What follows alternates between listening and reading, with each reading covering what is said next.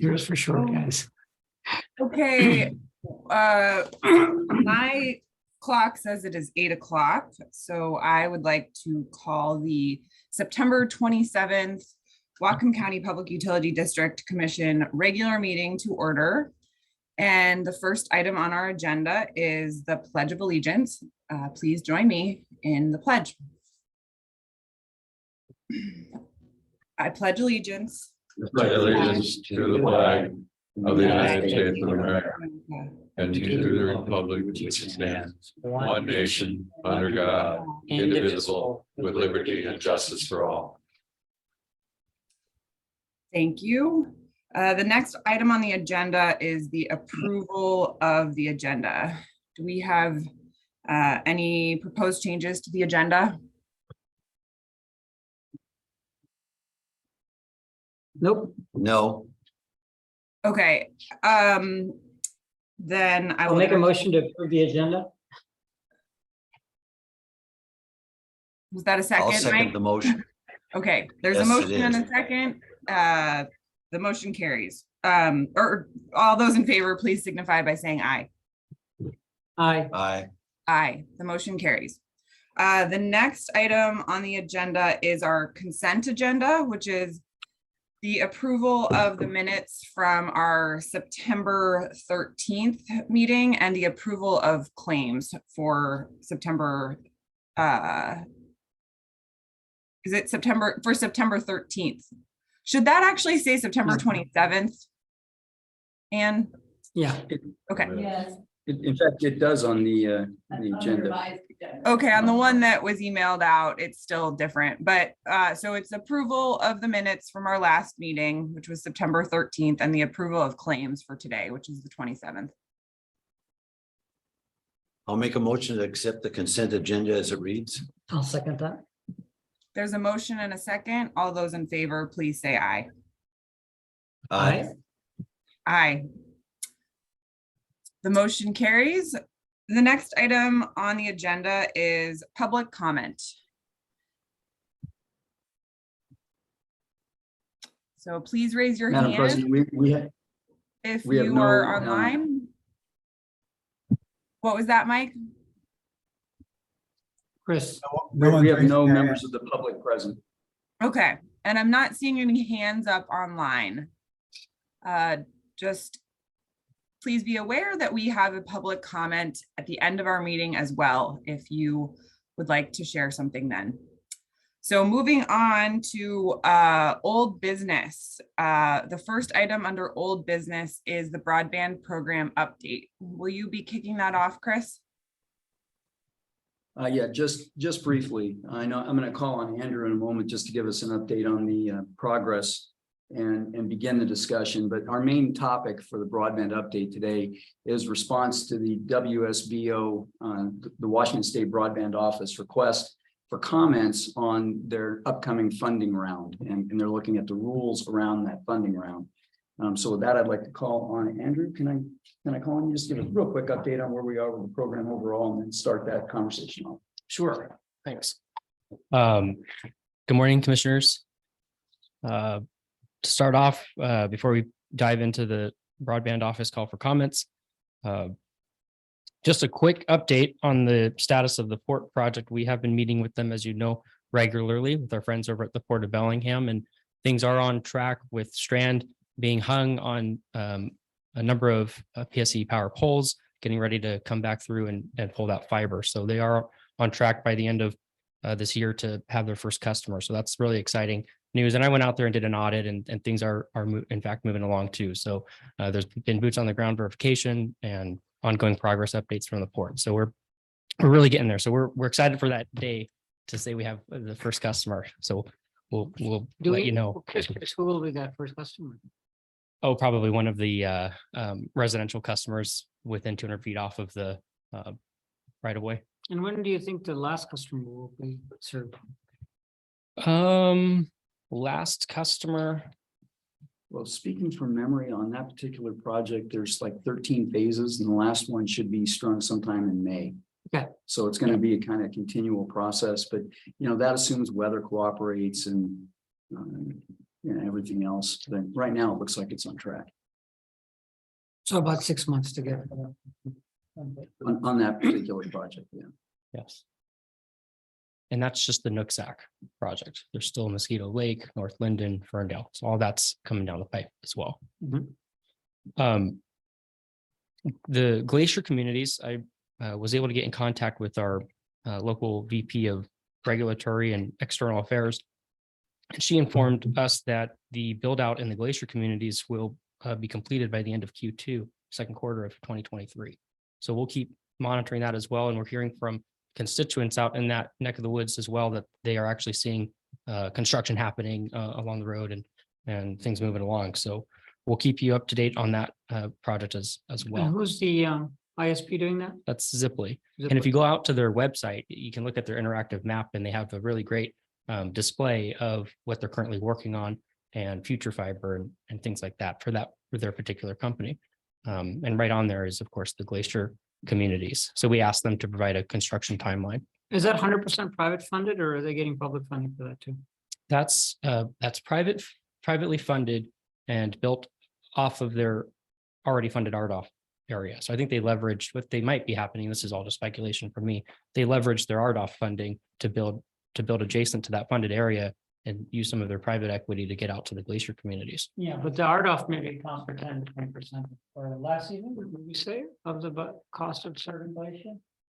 The RDOF funding is not in Glacier. It ends just a couple miles west of Glacier. So the backbone for it is RDOF funded, but all the last mile is being funded through private investment, and that community has enough revenue that it's making sense for Ziply to do that. It is making sense for Ziply to build out to that area. Yeah, and we've been in close contact with a number of the communities out there on Snowline, Snowwater. Yes, there's like 5 different homeowner association out there that aggregate to about 700 customers, and it's a pretty affluent community, which is why it wasn't a good target for us. We've been working with them now for months. Yes. And 3 or 4 months, and actually had gotten Xfinity to begin negotiating a private extension to them. And I don't know if that activity is what triggered Ziply's activity. That would be speculation on my part. But it's just kind of nice to see a private company getting in there and competing and doing what they're supposed to do. And when you say it's not a good target, first, the point is that because the private sector could pencil it, that is our focus has been to work where the private sector couldn't pencil it. Is that what you mean when you said that's why it wasn't a good target for us? That's a part of it. Part of it is that a lot of the homes up there are second homes, vacation homes, timeshare rentals. So it's just not a good profile when you look at. No, not for us. Yeah, exactly. We were targeting underserved communities, and that although they're underserved from a fiber optic point of view, they're not without some resources on their own. Yeah, it's in my district, so I couldn't have gotten much political leverage out of helping the elite get better connectivity on their second home. Probably not. That was one of those things I really didn't want to argue in front of the state broadband board. But I guess the point is that we're sensitive to all the communities that we serve, and we've been working with them trying to help. And I hope in some small way our actions did cause this whole thing to accelerate for them, because that's not a bad outcome. Yeah, I was just joking. Of course, I know. That's what I have. That was the big news of the week, or the past 2 weeks, to share with you. And if we may just dive into these call for comments, I can hand it back over to you, Chris, to go through this, or let me know. I want to really quick give background and then toss it over to you, because Andrew, you're the author of the response, and you have the most knowledge of this. If you guys will recall, we expected a funding opportunity to drop in early second quarter this year, and it didn't. We've been kind of anxiously waiting for it to drop. And in the middle of the summer, we got word from the state that what they were looking at doing was, the first part of it was that they were looking at redoing the challenge process for the funding. I think that's broadened out quite a bit, and they've gone back and they're now asking stakeholder groups for response.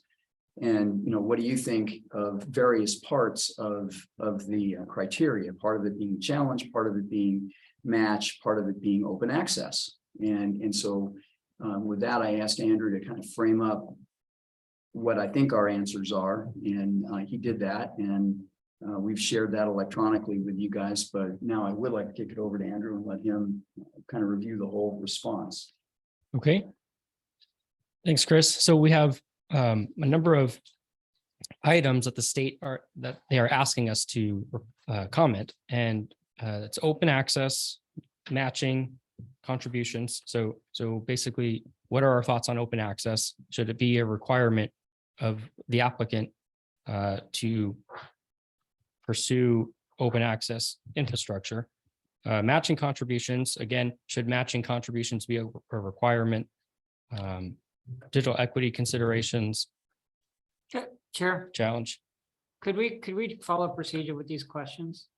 That you kind of just state, we've all read it. Oh, of okay. course, but so we state what our answer is and then give the commission an opportunity to speak on each item. Well, thank you. That'd be much more efficient. Yeah. Yep. Okay. Perfect. Yep. that Commissioner was Grant, are you okay with that? Yeah,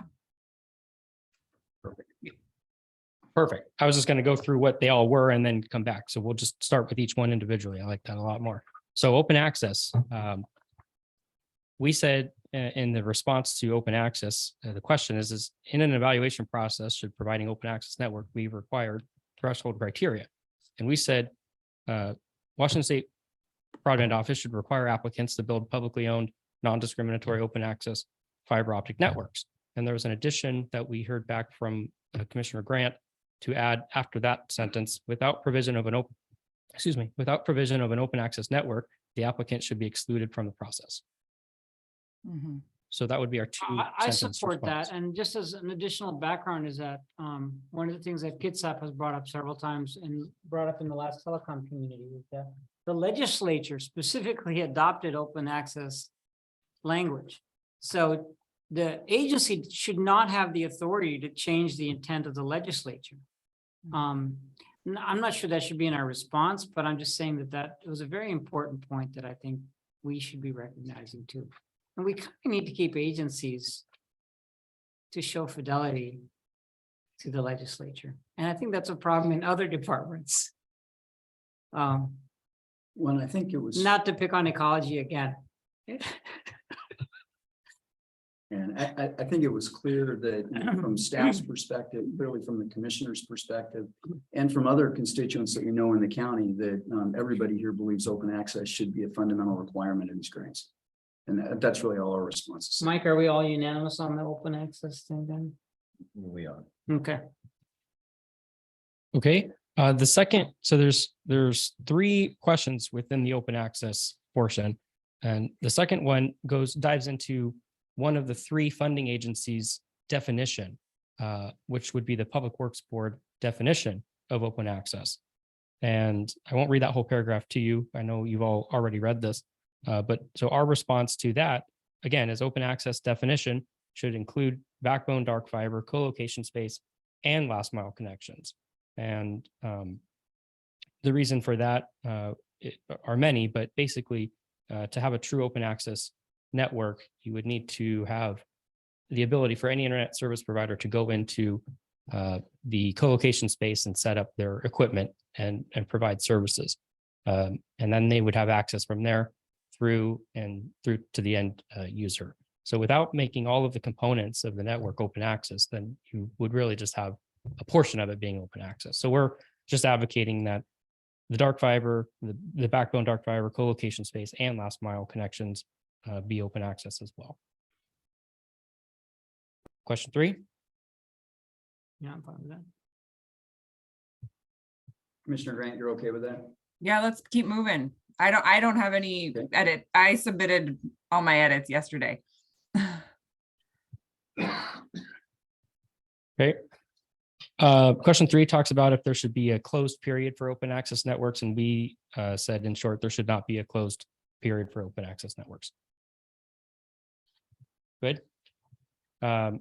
Moving on to the matching contributions, we said no, there should be no match requirements for public entities. And the second part of that is if matching contribution is a scoring element, should the points available be tied, so on and so forth. We said, again, no, all applicants should have the ability to apply for 100% grant without a match requirement. On digital equity, I'll just keep going along until someone stops me. Mhm. Digital equity considerations, the first question, they asked how will applicants consider digital equity? And we just said, here's what Whatcom PUD uses to measure digital equity in our community. And the purpose of that is to, in a way, highlight that, this can't be used, everywhere, because every community is different. But here's how we measure digital equity in our community. And we said that applicants should receive additional points if they can show evidence of digital equity needs in their community. Okay, so I have comments on Did that. you, So, go ahead, Atul.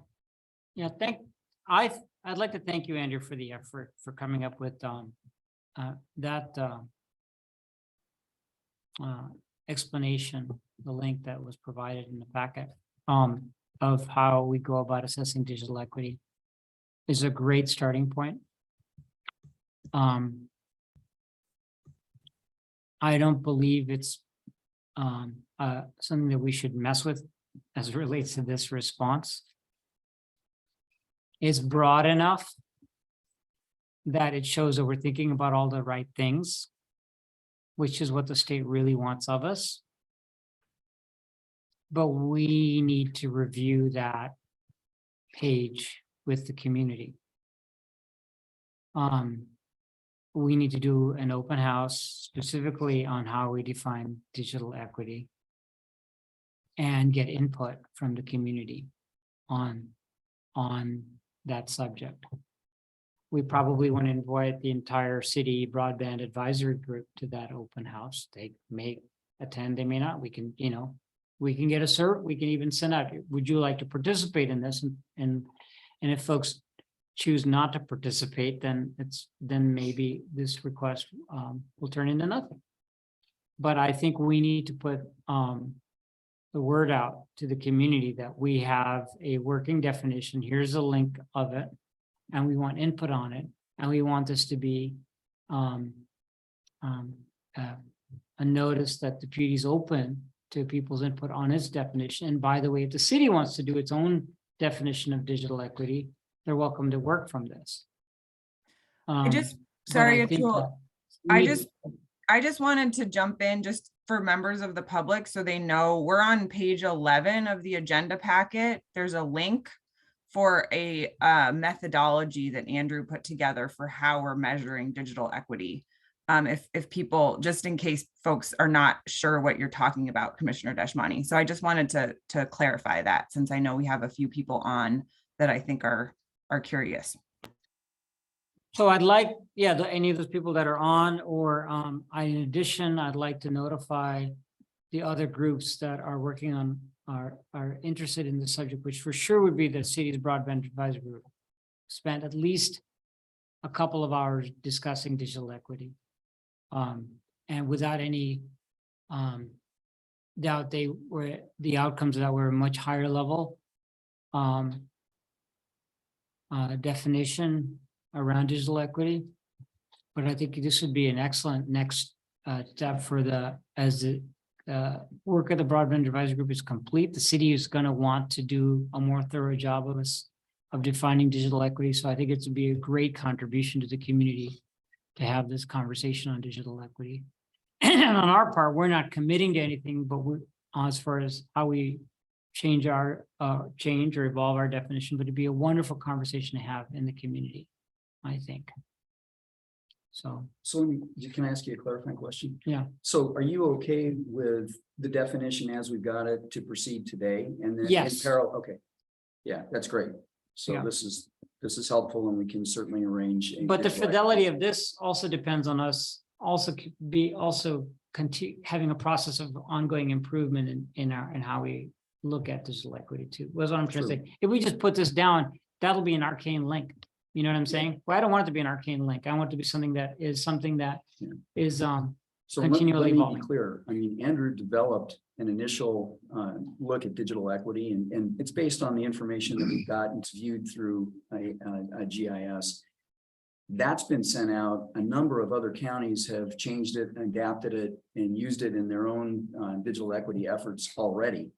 And they've sent revisions back to us, which are then incorporated in what Andrew did. So this is the beginning, That's not awesome. the end. That's It's awesome. The beginning, not the end. And I think, and I started off with saying this, but I'll close with this too. It's a very positive contribution that you're making.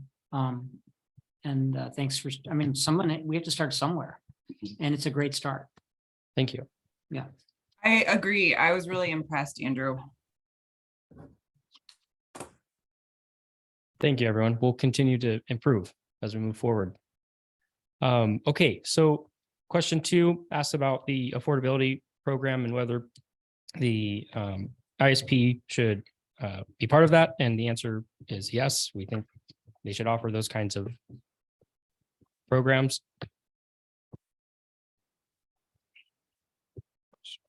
Sorry, I have a comment on that one too.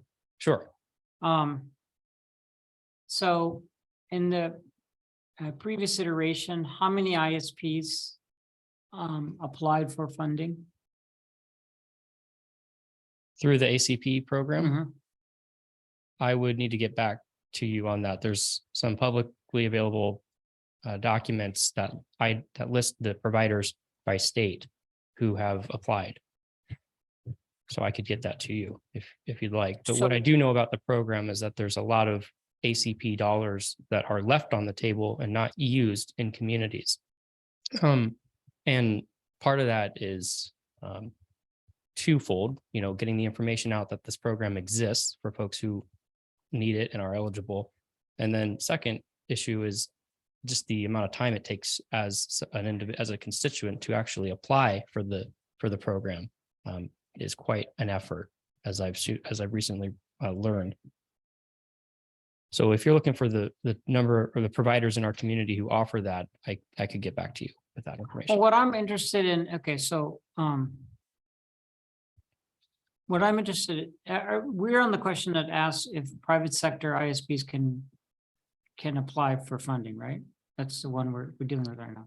That's the overarching Yeah. question, but the subparts are, around digital equity, and then around, are they taking part in this federally funded low income process? Mhm. And that's where we are today. And I think one of the things that Andrew was saying is that, yeah, there are a lot of these ISPs that are registered with the federal project, and he's been kind of not too precise in sharing what he's been through, but he shared it with me. So in order to get this low income internet rate, you've actually got to go on the internet and sign up for it, and it can take more than an hour. And so this is one of those things where it's a head scratcher, where to get the low income rate, you've actually got to get access to the internet. So they've got to go in and, maybe on a lunch hour, maybe beyond a lunch hour, go to a library, sign up. They've made it, in our opinion, fairly difficult to obtain. So even though the ISPs may offer it, it may be offered in such a way that it's not readily obtainable for a lot of customers. So there's other impediments there to people getting access to these funds than just the ISPs signing up. It's that and a number of other problems. Right, and is there any way in our response we can address that there needs to be something done to increase that access?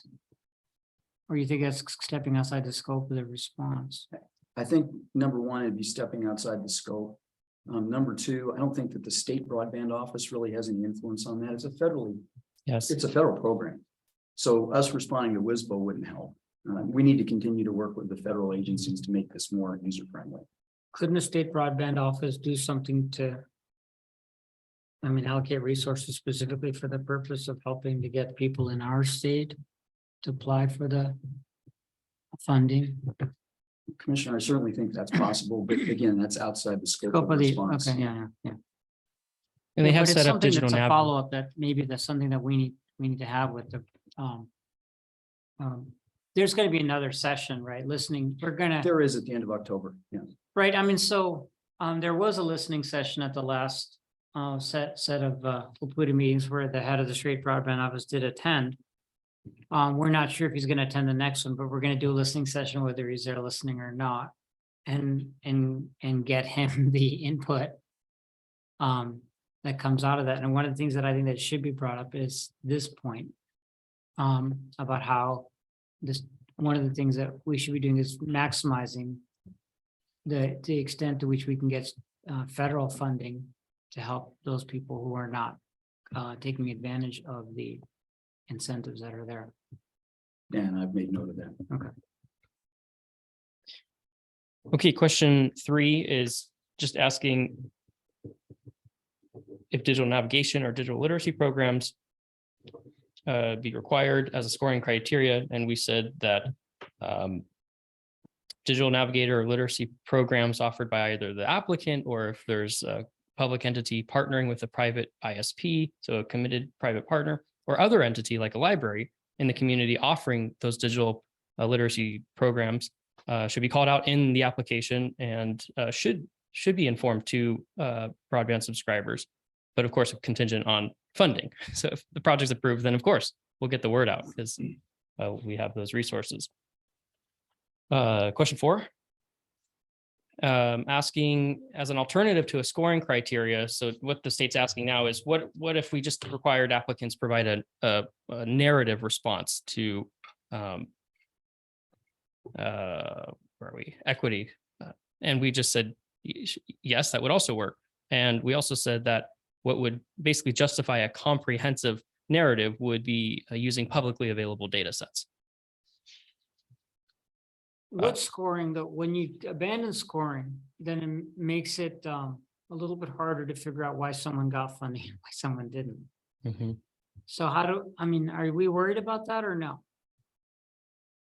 Not in this particular case. I mean, if they did a scoring criteria for digital efforts, we, I think, have a good grasp on that today.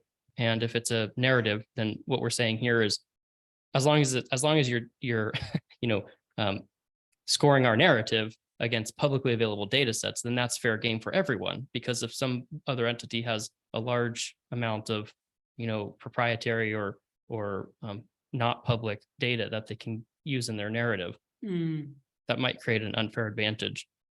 And so we're just saying, as long as you're evaluating our narrative and we're using the source data in that narrative, that's all public data sets, then that's our recommendation. Okay, well, I feel like as long as you guys are comfortable with that, because, ultimately, when we win or lose, then we have to go back and figure out why we won or lost. And thanks. Yes. On the challenge process, we said, let's see here. The following challenge process, which in mine, I don't have all the steps listed, but should this be used by the WSBO? And we said, any entity challenging an application should be required to bond the project at the time of their challenge submission. I think that would create a very even level playing field for any challenge. And again, our model as of today is to avoid any possible challenge because we're already working with the providers in our community well before an application even goes through the door. So I don't see us running into a challenge process environment if we continue going down the path we're going. But if we do somehow arrive, then we think that challenger should be required to bond the project at the time of the submission. So we had a lot of discussion about this particular one, and it dealt with essentially how do you get people that are throwing in challenges to be accountable so they don't throw in a frivolous challenge as we've seen in other jurisdictions, and then that entire application get thrown out. And what we concluded was if it's something that's retroactive, if in other words, after the process has gone through and the challenge is thrown out, at that point, it's too late to do anything. So accountability there doesn't help. And what Andrew and Gina came up with originally was, well, look, if they have to bond the cost of the project, they've got skin in the game, and they're not gonna challenge something where they don't have some, where they know it's frivolous and they're required to pay some money. They're not going to throw in a frivolous challenge; they'll throw in a real one, and that would be okay if we didn't know about it and it's real. We want to know about it.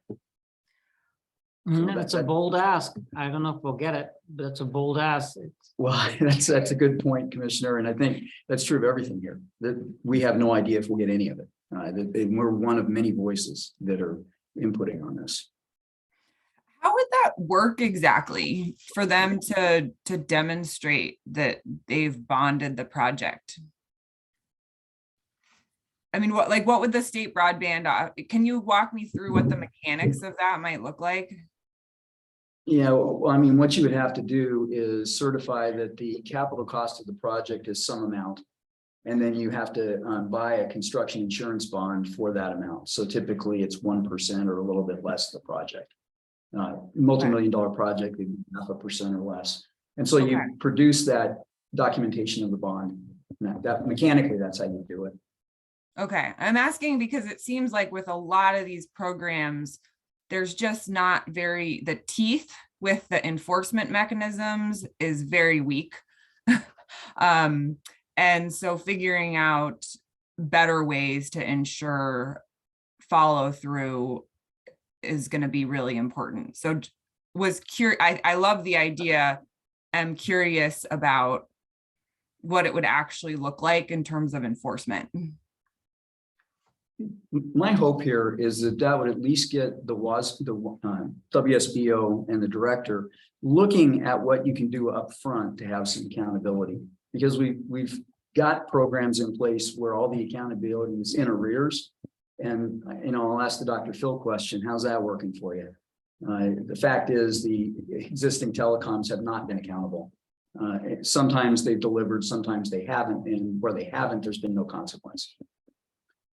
So another approach would be to say, sorry. No, you go ahead. Another approach. Okay, thank you. Another approach would be to say no challenges for public entities. I think that would leave you open to an allegation that you were allowing an inappropriate take of capital. Well, but remember that maybe I should be more specific. No challenges for municipal utilities that with elected boards of governance. For example, that's the accountability, right? That's the accountability to the public. Oh, I see. If we were challenging. I'm saying that you couldn't challenge a PUD. I suppose there are some public entities that don't have public oversight, direct public oversight over the utility function. That would be maybe a different situation. But I'm just saying is that PUD shouldn't be challenged when we're doing things like this, because we already have governance and oversight over the project. Well, that's true. But if you have a particular project that causes actual harm to a third party, you've got to have some way for that third party to intervene and say, hey, wait a minute, this is going to hurt me. It's going to seize capital. That's what our commission would be here for, to address that kind of a concern. But the commission is not awarding the grant. It's going to be the WSBO office. So I think you've got to allow some kind of challenge procedure in the grant application. Okay. What that looks like. The way it's been built, it's not been fair, and we're trying to improve that. Yeah, and I just was Commissioner Grant's point about how do you enforce? There's no state broadband office enforcement division. Right. Well, you try to get some kind of requirement at the outset that forces them to do something and then just file some pleading for paperwork. Right. And the bond idea is something. And maybe they'll come up with another idea. Yes. Yeah, we want them to look up front. That's the thing. We want them to change their accountability from arrears to up front. And we think that'll help the challenge process and make it more efficient. I don't want to belabor this, and we got a lot to cover, but one last thought on this is, have we run this idea by the WPUD telecom team to see what they think of it? And I mean, is it something that they might also want to include this in their response, which I'm sure they're responding as well. I have not, but I can certainly do that. Is Petricor aware of this? Of these draft, Yeah. Have we shared that? we have not shared this with them. And when I checked in with the port last week, they had not finalized their responses yet either. So I think one advantage of us getting through this today and authorizing it as a group, and we'll go over this, I also have a cover letter to go out and we can carbon copy the port, Petricor, Satpol, the city of Bell, anybody we want, the tag group, and WPUD, invite that conversation. So that's a good point, Commissioner. Wonderful. Thank you. Let's keep moving. Thanks, Andrew. Absolutely. last mile definition. In the previous rounds, we just saw that there were some challenges with trying to verify whether last mile connections either have been made or have not been made. So one way to solidify that is applicants provide the actual street name and the address and the distance from the road center line to the structure that will be receiving the fiber, so that when it does get built out, we can go back and say, here's our database of all the addresses that have been connected, and so on and so forth. So that's our answer to the last mile definition. And then the broadband office asked for any final checklist considerations, and the one that staff came up with was just what you could call probably something obvious, but any entity applying for state broadband office dollars should have experience building, maintaining, and operating publicly owned open access networks. And if they don't have that experience in-house, they should partner with an entity who does.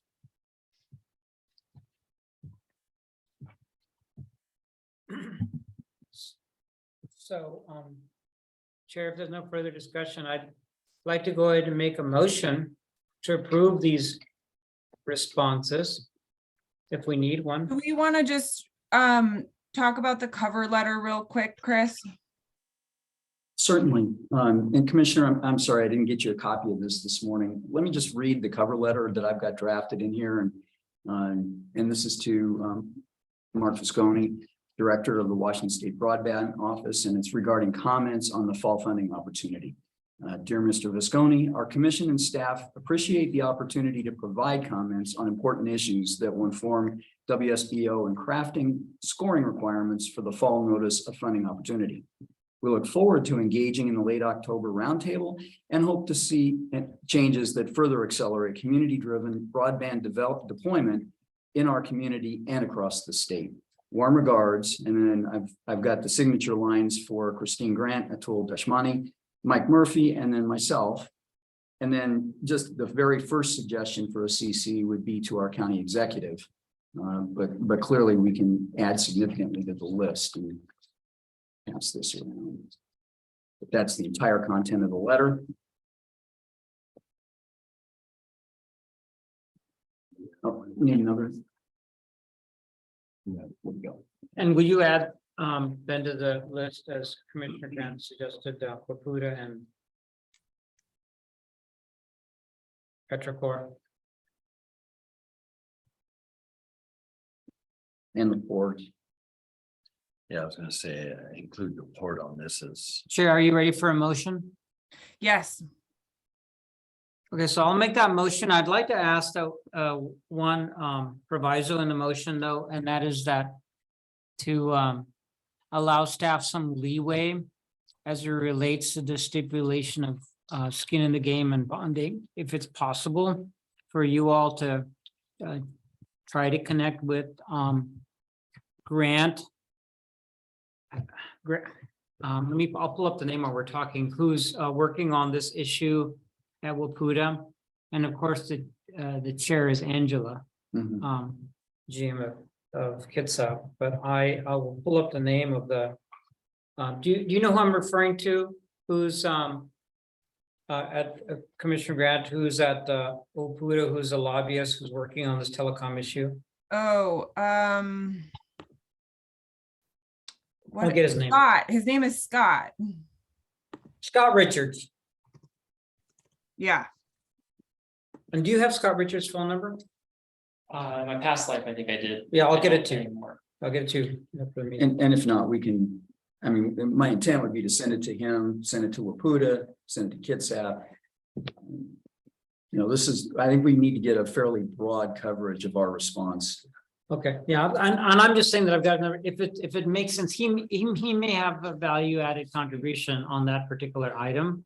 It may be worth just talking to him before you. But we can send it to, okay. I'm just. I don't want to hold this up. I get that. I don't want you to hold it up either, but it might be worthwhile. Just one quick call about that particular issue, because I remember him saying something about it at the telecom committee meeting. So that's why I'm bringing it up. All right. Is this the actual letter you're gonna send, or are you gonna make it upgrade. on Gonna this, make some changes here. but you know what reads across the bottom of that? You're not mentioned. No. All right, I still gotta change that. Thank you. Okay. That's a software change. We can fix that. Not that Steve, your name would be a good name to send in, but I was gonna say it. Might be a better, anyway.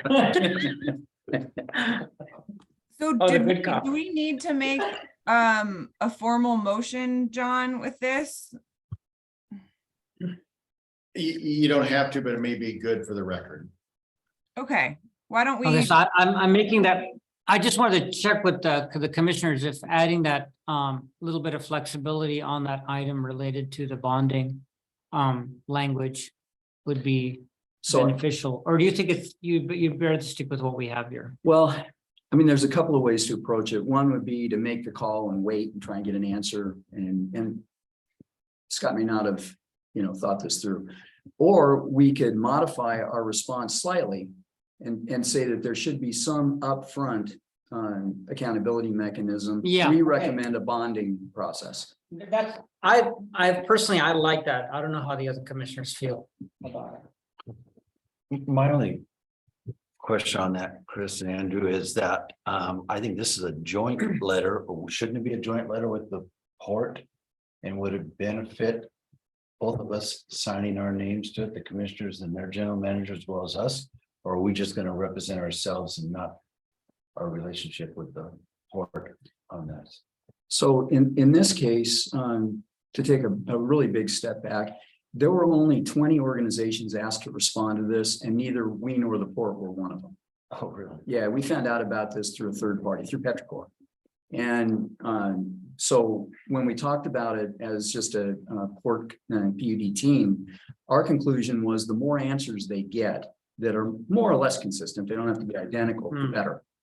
And I believe Sat Paul was informed of this as well, or somebody on the county commission. I don't recall exactly. You're right, I believe so. Yeah, so we're hoping that they also make a response. And when you think about the really key things here, it's going to be some upfront accountability. It's going to be open access. It's going to be a lack of matching funds. Those are kind of the key points, and you're going to get that in essence. Independently we'll do that. So what we're trying to do here is kind of trigger an avalanche of responses when they made a trickle of requests. And it's very thoughtful and insightful of you both to pursue this, because by us getting it out there and copying a bunch of people, it will help push the tidal wave, hopefully, of input that we want to see happen at the Yeah, state project. That's certainly what we're hoping for at this point. Yeah, thank you for that. And I support that. And what the minor change in language that you suggested, Chris, in response to my request is completely fine with me. I don't know what the other commissioners think about that. I'm fine with it. Let's also post Okay. our response on the website.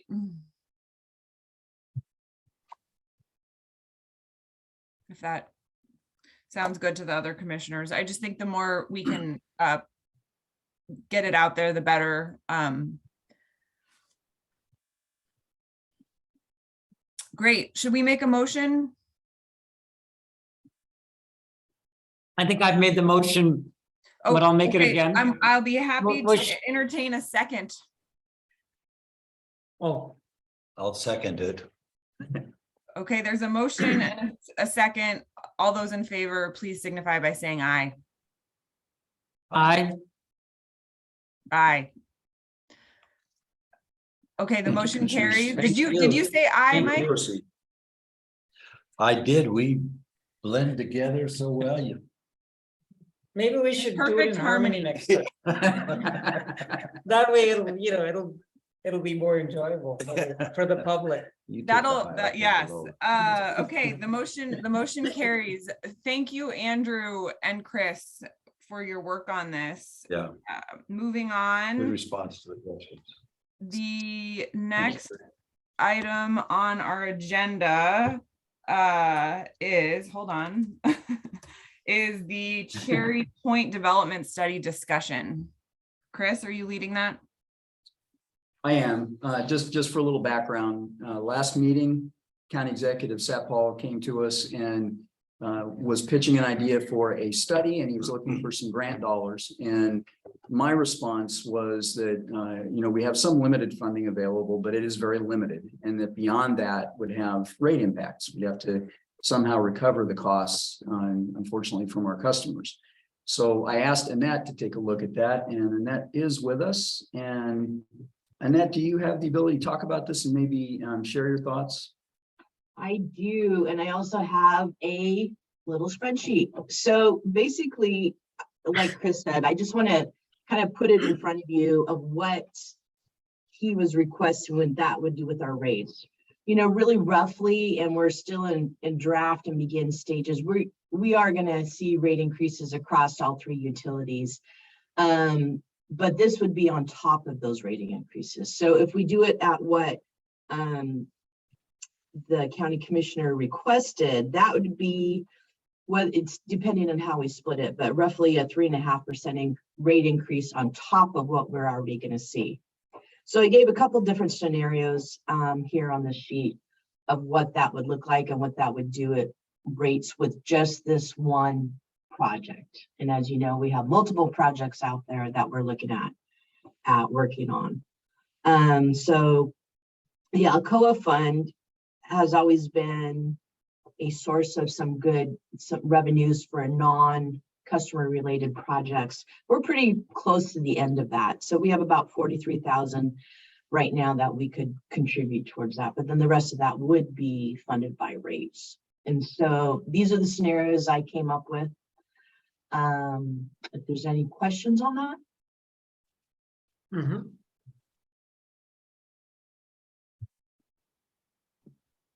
Should I go ahead?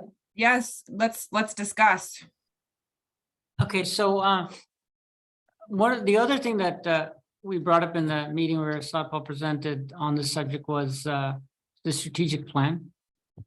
And Oh, thank so you. can we talk about that first before we talk about, this is one good piece, but the other piece I'd like to figure out, because our strategic plan also has some funding implications as well. Yes, and I have a meeting set up with Sat Paul on October 3rd in his office. I think it's 11 or 11:30 in the morning. And he's, I think, just returning from a vacation. So I got on his In calendar. India, yeah. I got on his calendar as quick as I could after our last meeting. So in that setting, I'm going to be going over our strategic plan and kind of, remember, he asked a lot of questions around, Mhm. the future of the electric utility, what we see for water, everything. And a lot of that is in our strategic plan appropriately. So So I don't know if that's responsive to your question. specifically in the strategic plan, there, economic development in the Cherry Point Industrial Zone is part of our strategic plan. And so, what I'm wondering about is that if it's in our strategic plan, it must be in our budget. Now, of course, the strategic plan we adopted is new, but it's not inconsistent. It's not like our new strategic plan is radically different than our older strategic plan. There's elements of this in the old strategic plan as well. So I guess my question to Annette is that we're looking at this as its own standalone thing, as if the commission hasn't been asking for this kind of work in the past, but indeed it has. So what's the portion of our current budget that addresses these kinds of investigations and studies? None? Or are there places in our existing budget where this kind of analysis and study already fits in? So Annette, can I jump in? And Yes, please. so, first of all, the strategic plan covers the feasibility study, and that we have figured out a way to fund, and we are doing that. Mhm. Second, when you look in the strategic plan, it contemplates organic growth per se in the Cherry Point area. And so to the extent that that's either potable or industrial water or both, and electricity, the intention there would be to establish those systems and, establish either an expansion of existing rate classes or new rate classes, depending on what the issue is. And that those system expansions would then be funded through future customer rates. So if I can characterize it, that's really what the strategic plan says about Cherry Point. It's either a very broad approach to the electric system through the feasibility study. Or even if that turns out to be totally infeasible, it may make sense to have some organic growth in the Cherry Point area. And that's really what's in the strategic plan. So those items would be funded in the future as they become real. And then we give you guys opportunity to say, yes, that fits, no, that doesn't. If it fits, then you direct us to include it in the budget. We do, we crank it through rates, see what that does, get your input and approval on that. And that's really the mechanism for how we get this stuff funded. Yeah, okay, thank you. And Chris, we have not had a chance to discuss this with our customers, correct? That is correct. We do have listening sessions set up with our customers. Ned, I think you have them at the end of August and through the first part of November. Is that correct? We have customer meetings on November 2nd with both the Cherry Point and the Grandview customers. I have another question. So remember that RFI that you and I worked on for green infrastructure from Public Works Board, like in the spring? I do. Yeah. I'm wondering if that's a potential target, if it does open up for funding dollars to support this kind of a study. When we answered, a lot of our focus is on the subject of hydrogen, Right. but that pot of funding is covered water and Yeah, it's broader. it's broader than. Initially, it was a hydrogen hub and it's been broadened out much Yeah. more. Yeah. That's a good point. So I guess my short answer is I haven't read the funding opportunity. Yeah, it's So, not out yet. I don't know if it's out yet. I think it came out as part of the infrastructure. Okay, I'm not 100% sure of that. That may be a very good source of funding for this study. In which case, really, the county should be the agency, or economic development should go after Yeah. the funding for Yeah. it, and we would be a data participant. And Yeah. So that's I will follow up on that as well. okay. I think when the county executive came to speak with us, he was planning, he had not had a meeting yet with the Lummi Nation to discuss this. And I was hoping to talk with him more about how that conversation went. And it sounds like he's out on vacation right now. So that's something that I would like to do. I also, in the initial letter from John Goldberg about this work of beginning the Cherry Point infrastructure study and planning, there was a discussion about attracting clean industries that align with the values of our community. And I would really like to understand more too about what that means specifically and how we would include that in the planning. I think, as everyone recalls, well, I don't know that they came in front of the whole commission, but about a year ago, I had discussions with the Center for Sustainable Infrastructure, which has worked with different ports and PUDs, I believe, across the state, working on kind of sustainable industrial zones. And so I really want to understand more about how this work will truly attract clean industry. And I haven't heard very many specifics about that.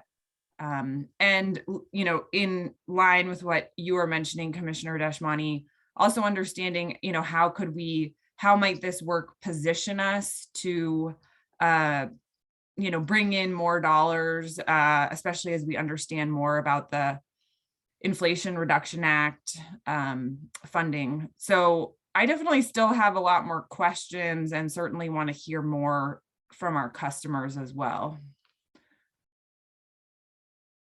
Yeah, and I'm so glad to hear that Commissioner Grant, you're interested in talking to the executive. I also plan to talk to the executive more, and I think that you talking to the executive, this next Monday will be, I mean, he's gonna get that. We're very enthusiastic about it, the subject.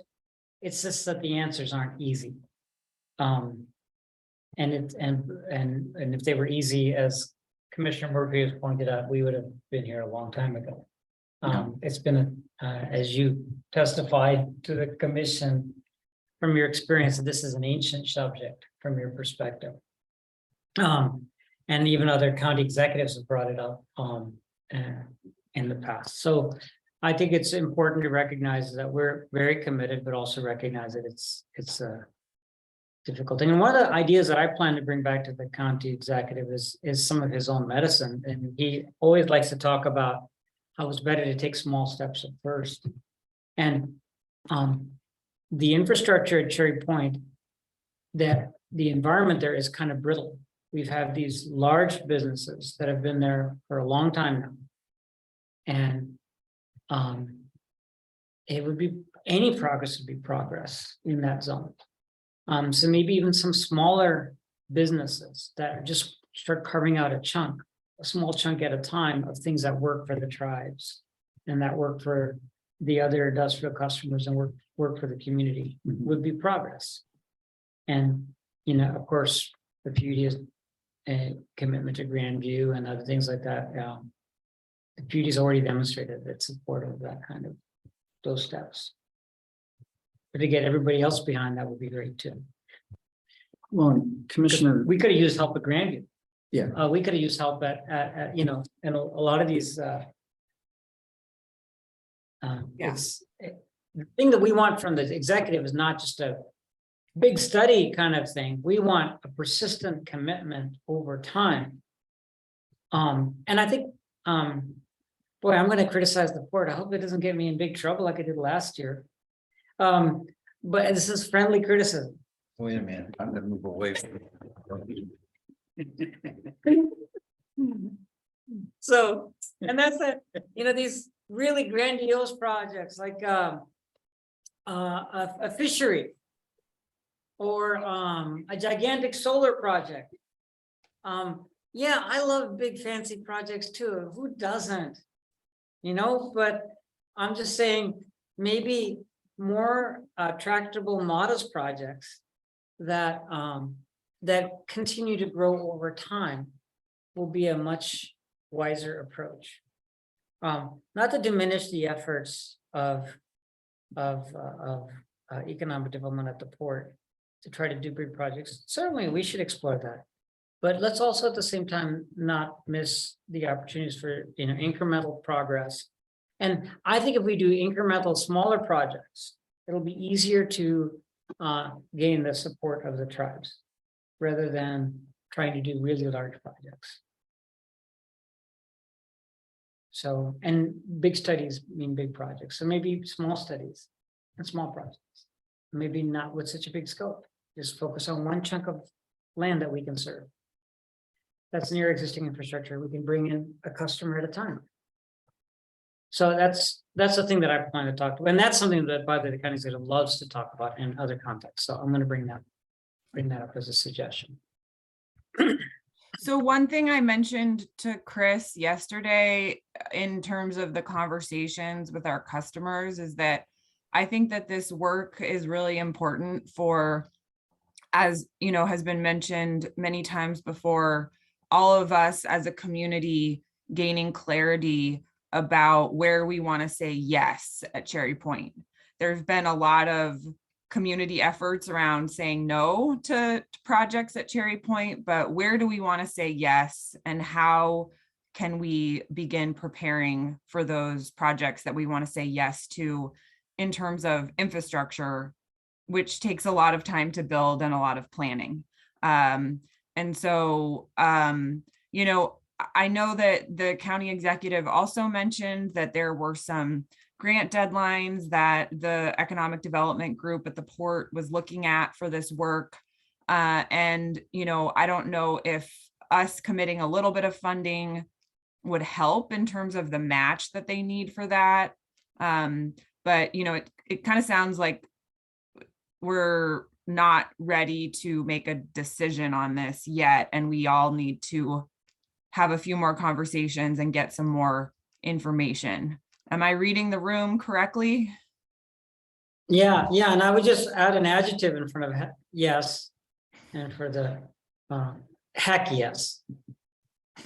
That's a popular phrase that's that, you know, we don't just want to get to a yes, we want to get to a, actually the book says hell yes, but I'll say heck yes. And that's what really gets things to move forward in places that are stuck.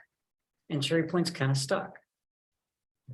Okay, there a little bit of reality here. I mean, that's great. But we do have our budget coming up.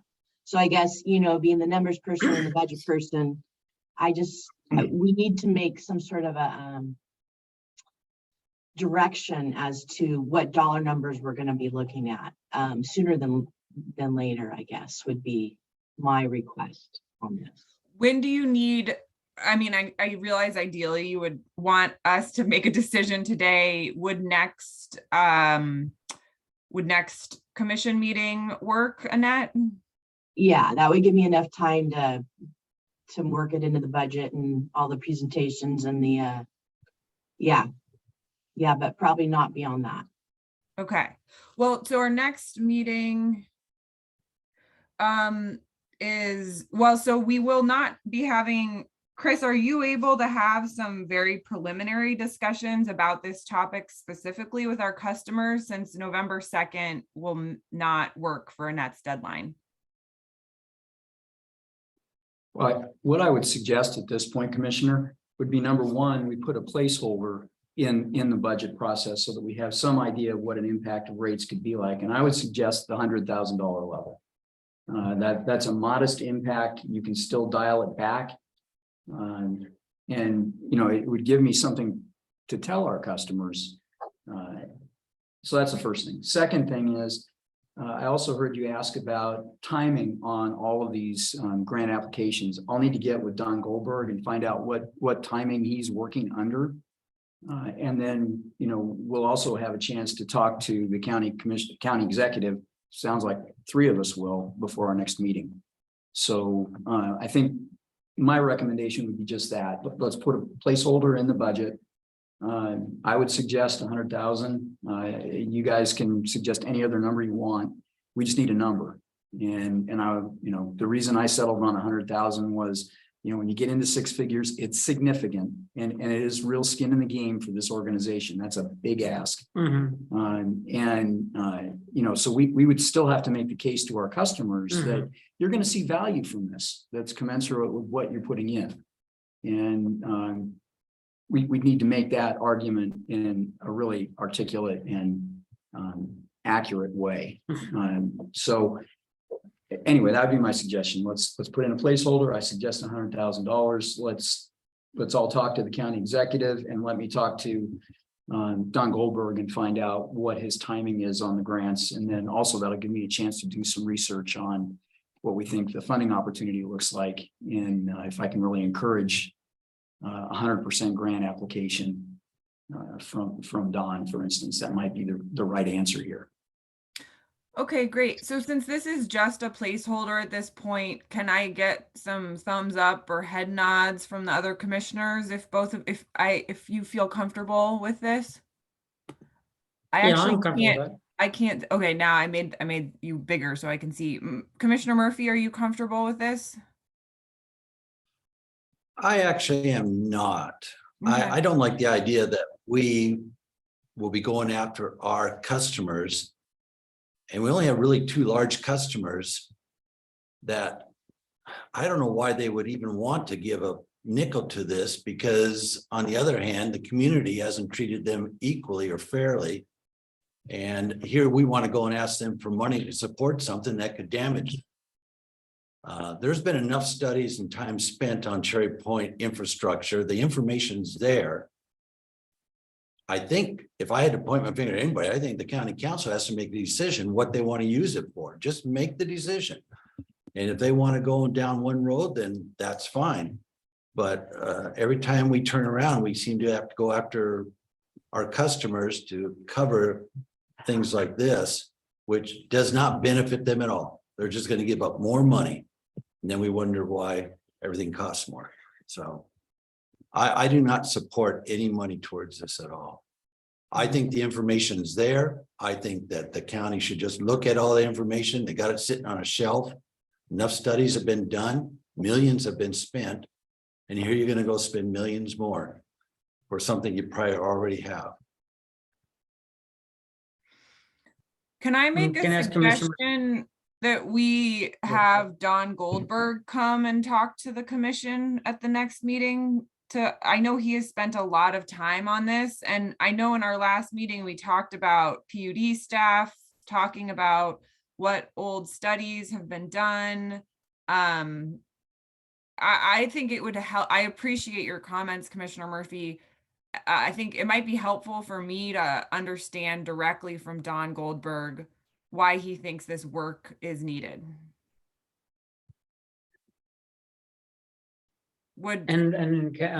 To follow up on your comment, Commissioner Grant, and Commissioner Murphy's comment in the previous meeting.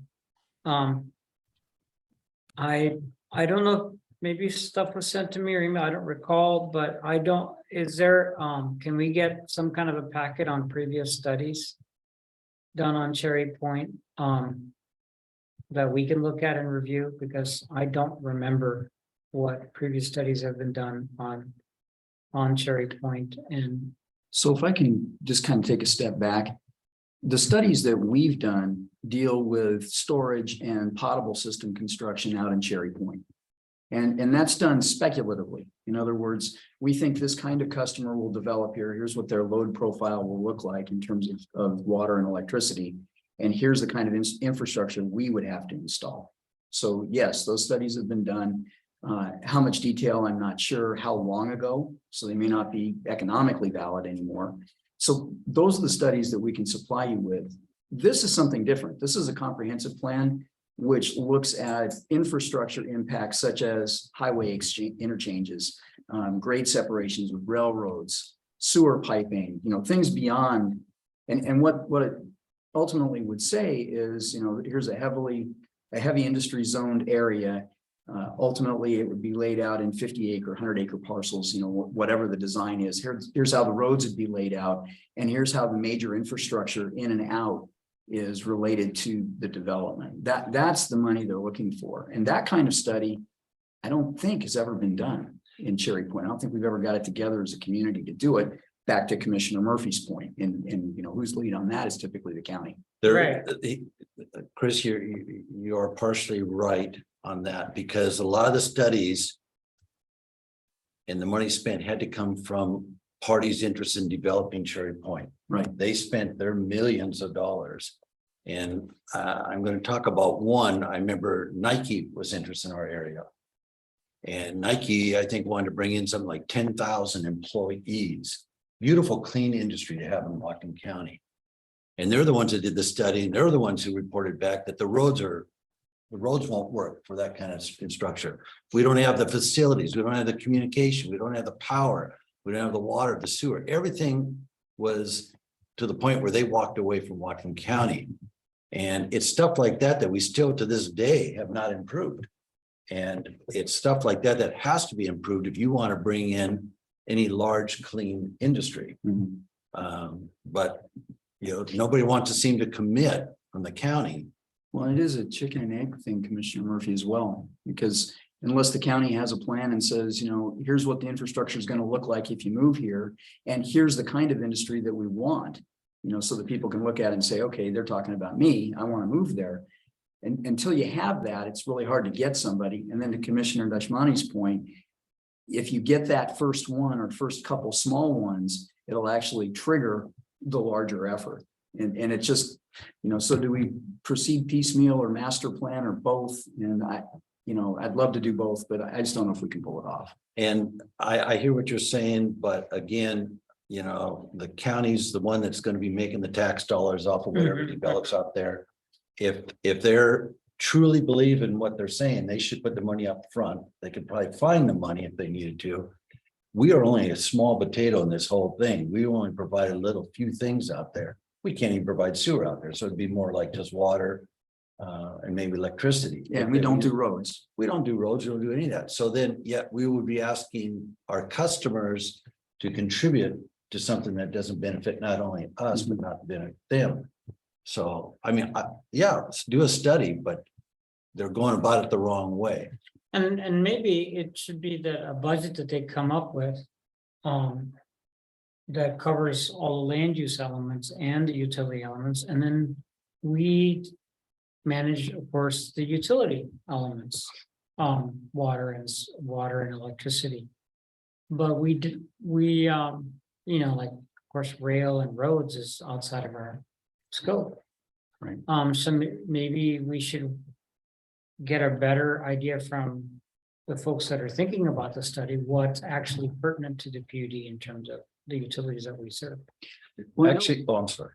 Well, I was just gonna say that, you know, the suggestion at this point is that we not put a placeholder in for any money. That I talk to Don and get him to come back here for our next meeting, because I think this is exactly the kind of question you got to ask him.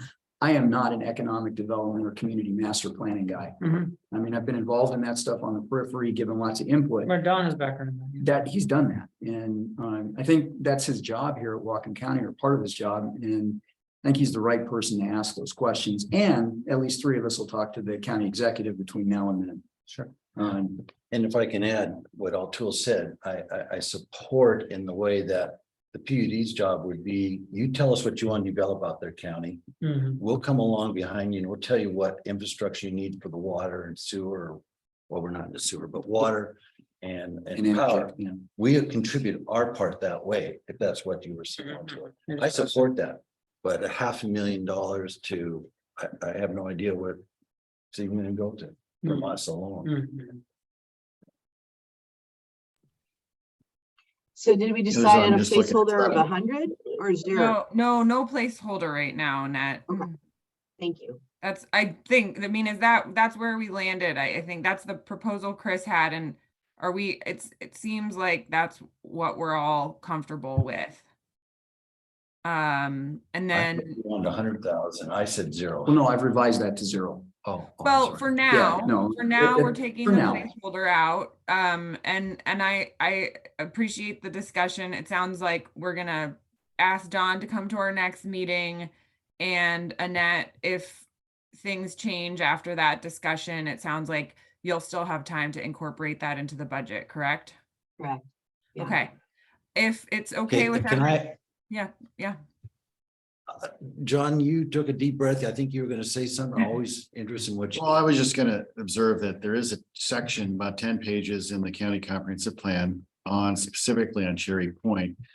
Reviews a very high kind of comprehensive planning level, what may or may not be needed, what's available. I think the question, and I don't know if the county's ever taken this to the next level, more of an action plan, that I doubt they have. My sense is that's what's being talked about. But there's about 10 pages in the county comprehensive plan with a general summary review and their policy statements, but it doesn't take it to the next level. I don't know what else the county has done in-house, and so that may be a question not only of Seth Paul, who quite frankly probably doesn't know what's on the shelf at the county planning department. It's probably a question for Mark Personius or Tyler Schroeder. Well, just speaking to my experience from the planning commission, there's been lots of conversation at the county council and at the planning commission about the importance of having specific incentives for new industry that's green.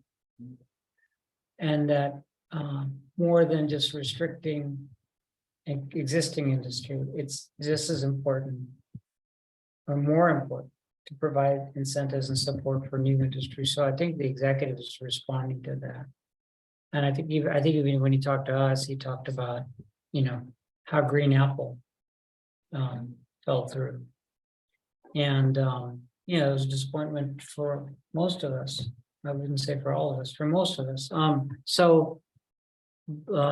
He's trying to be proactive.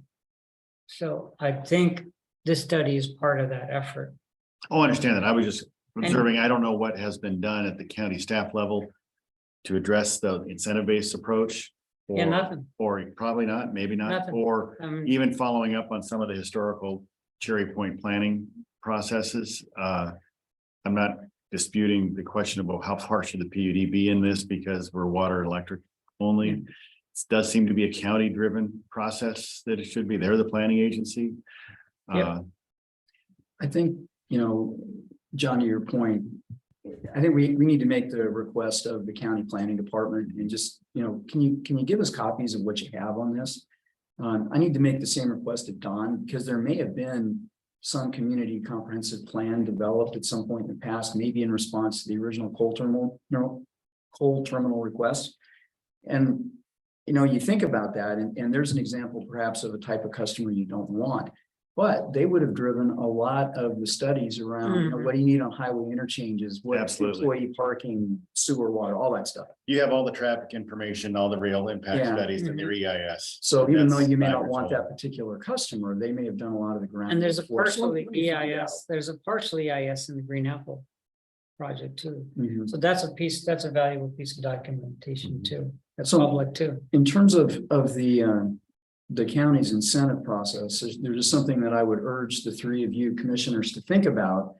And that is, the most attractive thing for a new industry is number one, a pre-notice that this type of industry is who we welcome. And when I say we, I mean the collective community, everybody, the tribes, the county, the population, everybody. Maybe not universally, that's way too much to ask, but so you need that. You need, first of all, second thing that you need, and it's almost as important as the first thing, is an efficient, transparent, and rapid permitting process. This can't be a case where. Well, it all comes back down to the statement, time is money. Absolutely. And today, I don't think that county permitting is either efficient or rapid. And I doubt that it's transparent as well. And, so there's something that the county can do. They can say, here's the kind of organization we welcome. And oh, by the way, if you're one of these, here's what your permitting process is going to look like. And we've already checked some of your boxes for you. Exactly. Yeah. That's what was done on the waterfront for the planned action ordinance, doing an EIS early and doing a development agreement. So you best, the other thing I would say, done at the waterfront, state legislation's evolved. Something that should be on the executive's radar is a tax increment financing approach for a defined shared point as a tax increment financing area. So the lift, if you will, of the assessed value caused by the public improvements, assessment lift on the properties, though that portion of the lift, if you will, stays to fund the public improvement costs. So that's something that the county can use to designate it Cherry Point to help fund the public improvement costs. Port of Moses Lake, I think, is doing something similar to that right now. And originally there's 4 target areas in the state. Bellingham was one for the waterfront that we got through, and some special legislation that has since been expanded in the state statutes to allow counties, towns, and cities to do the tax increment financing. Okay, so just wanting to put a pin in this conversation, it sounds like we all have some follow-up to do before our next meeting, and including asking the county for some more documentation around the studies that have already been done on this topic. And we're also going to, Chris will see if Don Goldberg, the Economic Development Director from the port, can join us for a conversation at our next meeting. Is everyone okay moving on to our next agenda item? I am. Thanks, Annette. Thanks, Annette.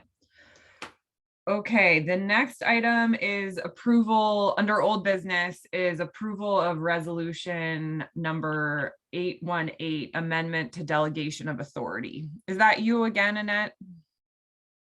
I think it's a joint effort, but I started this whole discussion, so I'll start it off again. So basically what we did is Mr. Sitkin reworked some language in there, and I believe you all had copies of it or have copies of it for both. And these are, again, joint, the delegation of authority and the purchasing policy.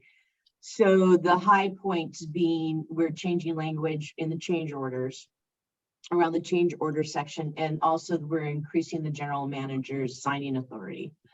One of the things that was brought up and recommended was that we present monthly a list of our active projects and the change orders that are associated with it. So one of the discussions we had was concern around change orders kind of getting out of control and projects getting away from us. So what I did do is I'm going to share my screen again. Whoops. Sorry. There we go. We are going to, I think I got it. Nope.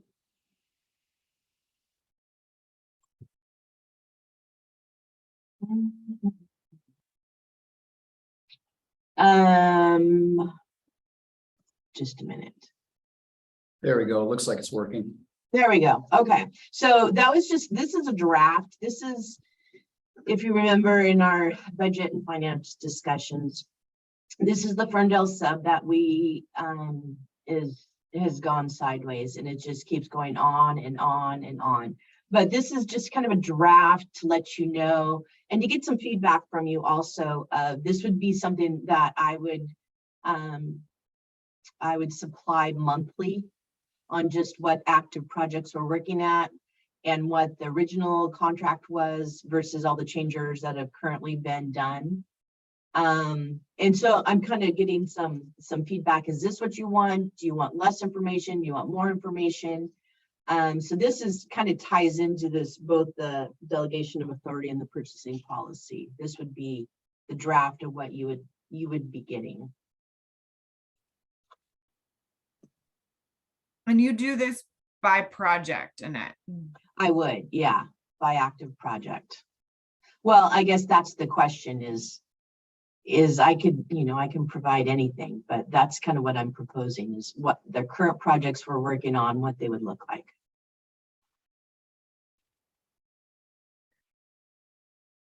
I mean, this looks So really this is- clear to me.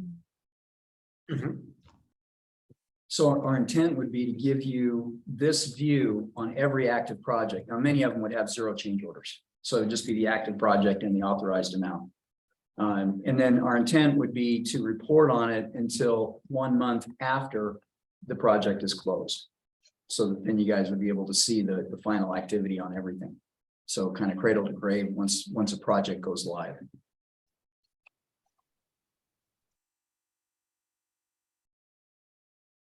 So I guess we have kind of 3 pieces here, is if there's any feedback on this report, and then if there's any questions or concerns or changes on both the delegation of authority or the purchasing policy revisions.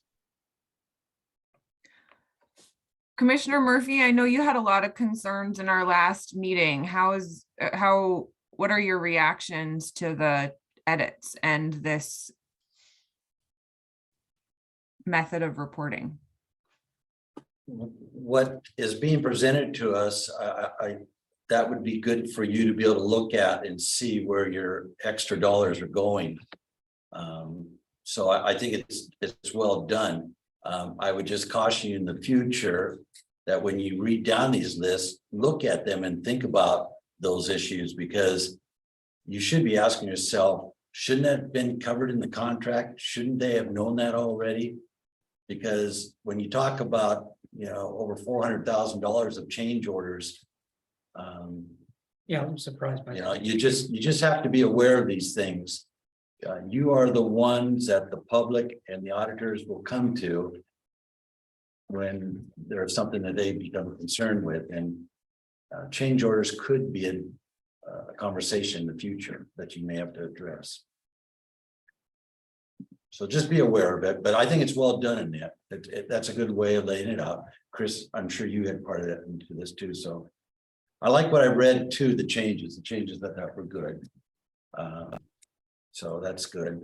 Don't know how you got 20%, but as change orders, I'm a 3 to 5% type guy, but okay. 20? Well, the rise. This one's 11, but the issue is if you have a small job, it maybe not even require your Mhm. authorization to Okay. begin with. If you have a 20% change order, you would still be notified. You'd see it on this list every time. Even if it's way below your authorization to begin with, and the change order itself was well below the authorization. I would need to authorize the capital project and the change orders, and you would see it monthly on this. give you the opportunity to ask any questions that you've got. Christine, you asked me, and I would say from the changes being made and everything, I support the changes and everything as it now reads.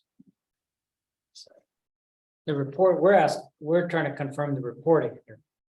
Well, she's got, I'm sorry, she's doing two things here. One, she's showing this is what she would send to the commissioner board. Annette, am I right on that? Each month? Right, this would But be yet- a monthly report, but this is mentioned in the rewrite in both the delegation of Right. authority and the purchasing policy. That's why it's all kind of brought in together. And then the final thing is for us to make a motion on the resolution 818, correct? Correct, the 818, and then also the next one would be the purchasing policy update.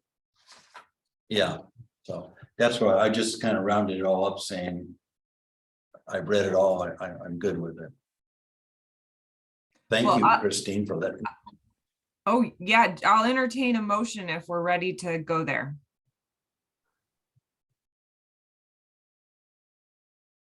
You have a question? No, I'll make is this regarding resolution 818? Yes, let's start with that. I'll make a motion to approve resolution 818. a second. There's a motion and a second. Any further discussion? All those in favor, please say aye. Aye. Aye. Aye. The motion carries. Thank you, Annette. Thank you. Well, you're not done yet.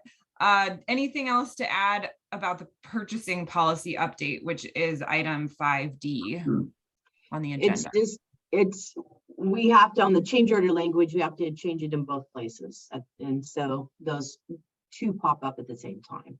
So Okay. well, let me back up. There was one additional change, but not really material, is since we are looking at hiring an automation technician.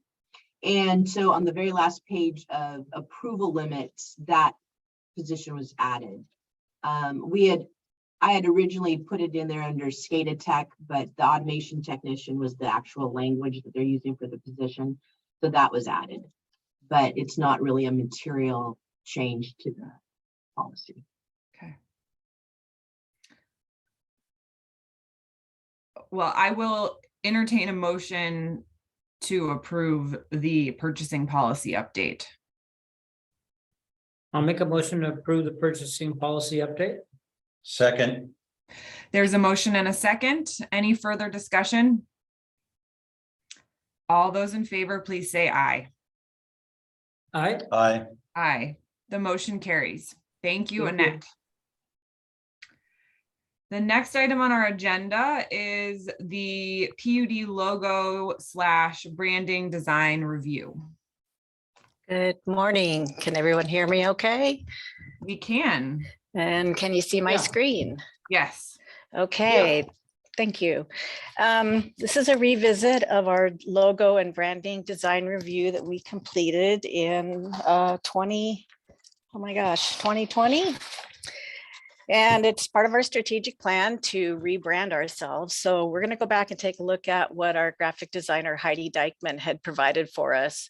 We had 3 commission meetings where everyone gave their input.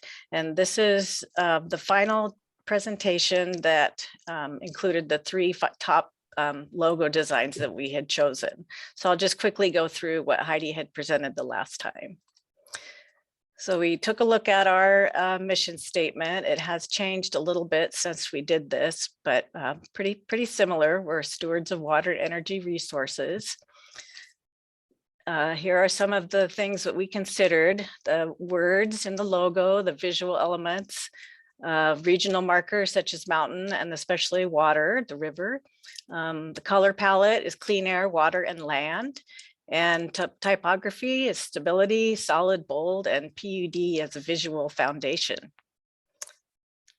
These are some of the other public utility logos around the region, so you can just kind of get an idea of what other agencies have their branding look like. And this was our top choice for what we had decided on our logo. Strong words, good color.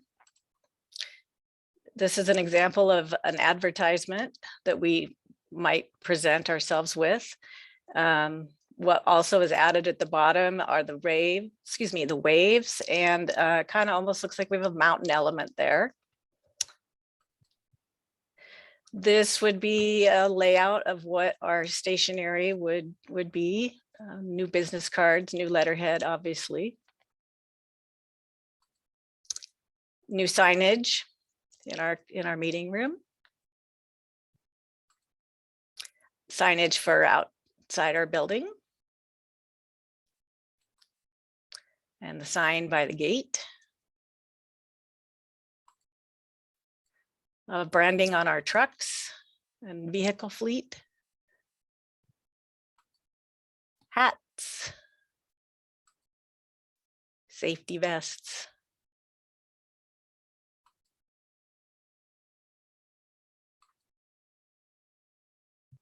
This is another example of what our logo would look like, perhaps on the cover of a future strategic plan. This was another design element that Heidi had proposed with the waves in the PUD portion of the logo. This would be a second logo. Another look at an advertisement example. Say, Ann, Yes. Ann, Yes. I noticed that I know the colors have been changed there, so you're going away from our green and blue to, if you back up one screen, you go back, you're going to green, white. I realize you're probably doing that in that, well, you've gone back too far now. Oh. With stream in it. Oh, the green and the off. Yes. Yeah, did you go to white there because of the background, because of the water or something, to go change from blue to white? Or yes, green? I think that was Heidi's intention. Yeah. But it's the same same font, same look. This is just a different example of the stationery with the waves flowing through the word P, the letters PUD. So just some more visual elements of what that particular logo would look like. And I'll just go through these real quick. A little more design in there. Same for that one. Now, these are some other ideas that we had if we wanted to just go with a circle or a shape around the logo. And I seem to recall in our discussions that they were most favorable towards the one at the very beginning, no shape on the outside. Mhm. Look at the letterhead, signage.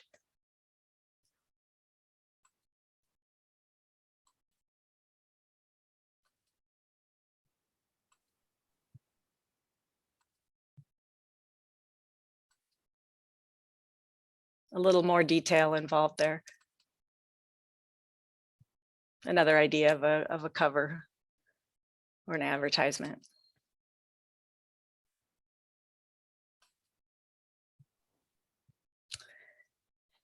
And here is an example of our potential new logo and how it would kind of blend in with some of the others. And this one up here. And that's kind of a full page of what we have to look at. So do we have any feedback on things? Like I had mentioned, this one right here was pretty much the top choice. At this point, I'm looking for direction from the commissioners to proceed and begin with our stationery, kind of doing small chunks at a time. We do have money in our 22 budget to begin this project. So I'm hoping I'll get some good feedback. And we can proceed. It's been many, many years since we've taken a look at redesigning our name and our logo. I wasn't on the commission when this discussion happened in 2020, but I also like the top left one the most. Thank you. Yeah, I'm still there. I like that one the most, yeah, too. I like the one, the top, the bottom right, the least. By the way. Not that we have to pick the one we like the least, but. Okay. Well, what I can go ahead and do then, if the census seems to be on that top left, is go ahead and get some mock-ups done. And then present that, and we can move forward if that works for everyone. Can you stop sharing your Commissioners, screen, Anne, so that well, maybe I can see, I can't see the commission room right now. Oh, there it is. Okay. I can stop share. Thanks. I just want to be able to see reactions.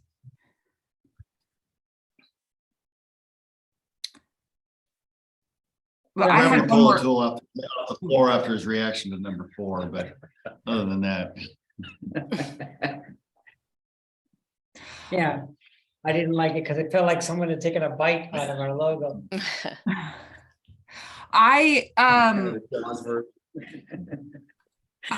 I'm glad that I know this work is sort of part of our overall mission to better engage with the community. And I think getting the stationary mock-ups sounds great, but I would also love to get going on having a social media presence as soon as possible. And I know that maybe having this new logo is part of all of that, but I see that as a pretty important next step with this whole kind of update with our public facing communications and look. Yeah, I support that. Okay, well, that is something that Chris and I have been discussing as well. So we'll get moving on that project, the social media project. But this is a start. It's been in the strategic plan for a couple of versions now, so. And I think that, some of the stuff is low cost and rapid, such as, the electronic rebranding, and low cost would be the stationary. Other things are a little more expensive. Replacing that sign out front, for instance, would be probably the most expensive thing. So that would be something that we would budget and bring back to you guys and, make sure you're okay with it at the time. So, Right. Some of this we can do incrementally and make it almost invisible. Some of it will need additional authorization. Mhm. And if I just may add, first of all, I'm no judge of visual quality on this stuff. If you want to know which one is the better one, don't ask me, ask my wife. She could say, yeah, this is the one I like, and I would go with that. But I will tell you, if you look at the Snohomish one, they actually were internally pushing really hard to change that when they went out and established their Twitter and Facebook accounts and all that stuff about 10 years ago. And the reason they wanted to change it was because they were afraid the public would view it as the green hamburger. And the feedback they got when they first opened their online social media accounts was, are you ever going to change away from the green hamburger? And they never have. I know the communications people there were saying, by golly, you ought to do this before you attempt to engage in social media. And I think that's right. I think you do need to put your best foot forward. And I think this is a good example of how you do that. But now they have a recognizable logo. It's been recognizable for Green about hamburger. 60 years Green as the green hamburger. And apparently nobody likes it, but nobody has the gumption to change it. Maybe put a vending machine in the lobby that's got green hamburgers. I would be hesitant to suggest anything to that outfit. They might just do it. Well, the good thing though is that the as we've just discussed, the digital updates are the easiest, least expensive. So do we need to make a formal motion on this, John, or can we? I think you should, it's a policy statement effectively, so I would have a motion to authorize the identification of the new logo brand design. Okay, do we have any, Commissioner Murphy? Do you have any comments before we move on? I'm going to let this go this time. I was the anchor dragon over the past. I will say that. I'll admit to it. I am a guy who likes the full title, Public Utility District #1 of Whatcom County. I've had people ask me what PUD stands for, like thinking we were some dog place, what do you call it, with the little PUDs, you know? And so a lot of people don't understand the PUD, but hey, I'm leaving. Start fresh. So whatever the staff wants to do, I will support it. They like the Whatcom PUD in green and blue, and I will support that. So I'll Thank go ahead and you. make a motion to approve the new branding As recommended by staff. as recommended by staff. Yeah. I'll second that. There's a motion and a second. Any further discussion? All those in favor, please say aye. Aye. The I motion. will carries. ask Ann one.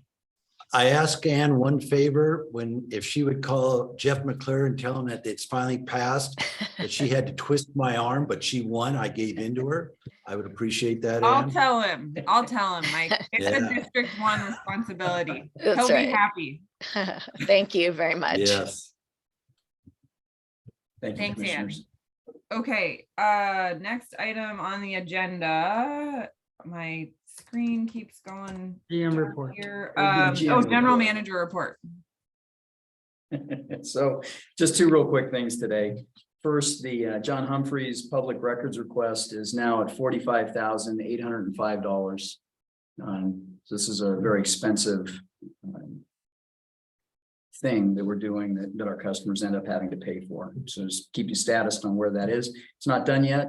We don't expect the final tranche to come out for a while. So there will be more. You needed something more from me, didn't you? I will follow up with Ian and Allison. Okay, yeah, I think there's one more thing that I just got an email on it, some. Okay. The second thing, But I don't bill anybody for it, so that's the good news. I have some good news. I just want to remind the commission that we did send a letter to the Department of Interior and in support of them appointing a federal negotiating team to Mhm. support the Lummi and the Nooksack nations. And yesterday, late yesterday, I received a reply from the Department of Interior that they are in fact doing that. Oh, wow, And- we thought there was no response. I'll characterize it as good news. I think it is good news. Yeah. And so I just want to pass around copies of the letter and we'll go ahead and post this. If you guys don't mind, we can even put it up on the website and people will know at that point. We don't have to do that, but this is just good news. So I wanted to share it with the commission and just let you know that it's federal government actually listens, and I'm not saying this is because of us, but it Mhm. certainly didn't hurt to have third parties weigh in on this and say, yeah, federal. Well, they specifically responded to us Yes, they too, did. so that's a good sign. So, most of the rest of what I've been working on this week has been either at the water meeting that WPUD held over in Spokane, which was very good, or on broadband, which you already heard a great deal about. So that I want to defer, first of all, any questions from the commissioners, and barring that, head over to operations and get a little update from Brian. Well, I did have a question on the water workshop. Which Shoot. I think you attended and I was hopeful to attend, but I did not. So anything from that? Oh, there's some things that I wanted to follow up with on council with regards to the foster commission Okay. that I heard about, and I need to know more. Okay, It's kind of central to everything that we're doing. okay, And I think it's more a function of my learning curve than anything. okay. I have a question for you, Chris. Shoot. We approved our strategic plan in August and realized we needed to do a better job of getting it out to the community after hearing from the executive. Have you emailed that around to leaders throughout the I'm sorry, community? Commissioner, I have not. I will make sure that gets done in the next 2 days. Okay, thank you. And then I just had one other piece of feedback on the agenda that I think would be good to bring up now. And that's that I believe when I said before that the responses for WISBO were on page 11, we got the copy of the responses in our agenda packet, but then I was looking at the public agenda packet and our draft responses were not there. And I just think it's really important that in our agenda that goes out to the public, they can see these draft documents. I got feedback from a community member when we were talking about our WPUD energy policy positions. Those weren't part of the agenda packet. So folks couldn't look at the document we were talking about for 30 minutes. So I just say, when in doubt, can we always make those documents public that we'll be discussing in these meetings? I think we can. Okay. Yeah, in was this there- case, Oh, we go didn't ahead. get edits until yesterday. But we got final edits yesterday, so it'd be almost impossible to send them out with the package. I'm just trying to think through the mechanics of how we would do something that's kind of last minute like that. For instance, the letter from the Department of Interior, we just got that about close of business yesterday. Yeah, but we're I not just meant deliberating on like that. That's true. Andrew's initial responses, for example, that had the link that we were discussing. I realized after I said, oh, if you want to find that link, go to page 11. That wasn't available to the public. Okay, yeah, we can certainly put the Does that make preliminary sense? version of Yeah. things up there, yeah. And then if the version changes, we can say that, but at least it gives a bit of a snapshot for where we're at with these draft documents that we're discussing. Thank you. Any other questions for Chris? Okay, I'm not seeing any more questions, so we will move on to the operations report from Brian Walters.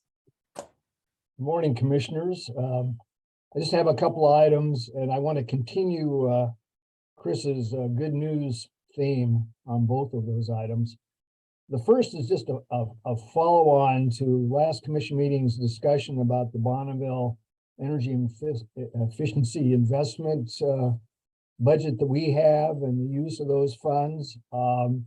Just wanted to let the commission know that the transfer of $125,000 of our budget to Clallam PUD is underway. The request has been submitted to Bonneville, and we've already received back from Clallam a big thank you to the commission for approving that transfer. That'll help them out a lot in their energy efficiency programs. The other piece of that, the other good news is that we were just informed a few days ago that a project that Phillips 66 previously completed at the refinery has been approved for energy efficient investment funding. And it's kind of a result of Bonneville changing their policy, whereas previously you had to get pre-approval for a project before Bonneville would release the funds to cover.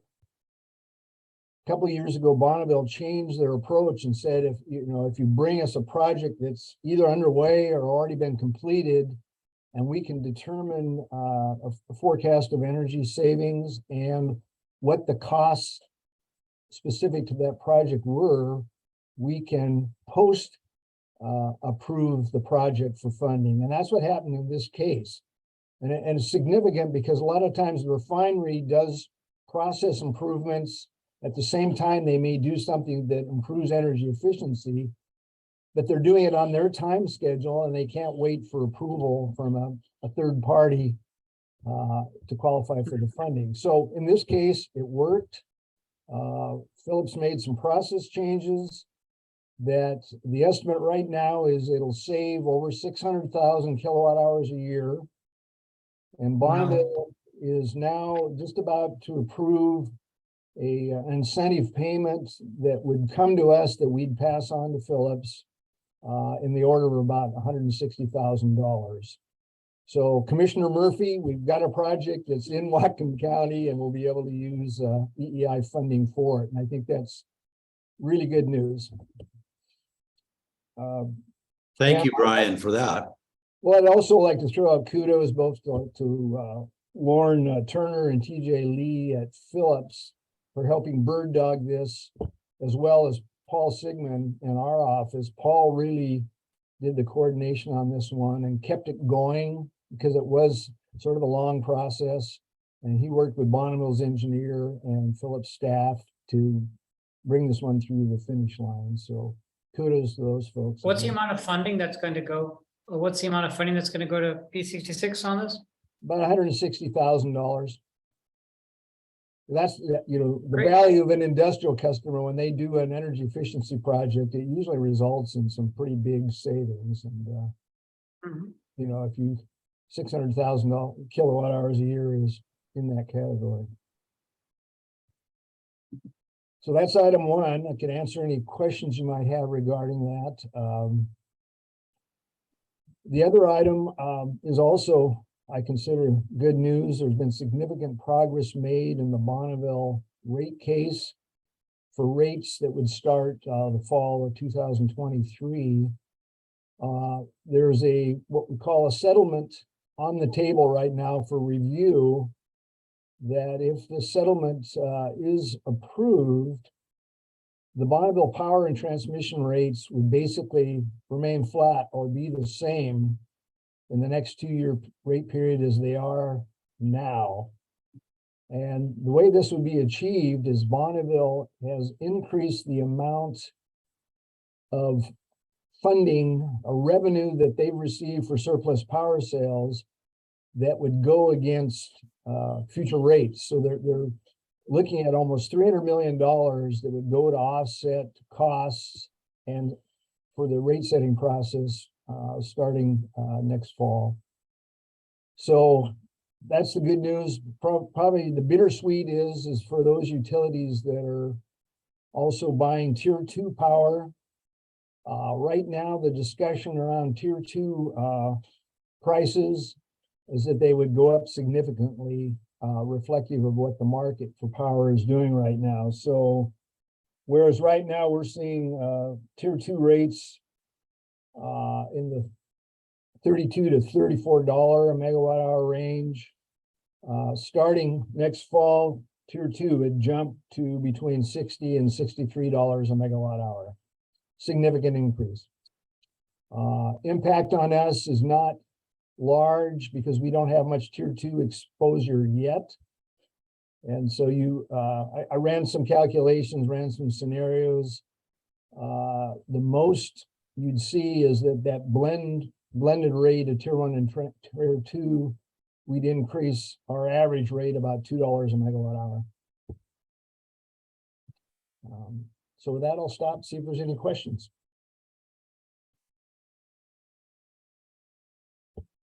No, thanks for the good news.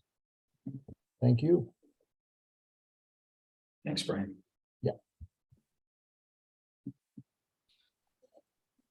Let's move on to commissioner reports.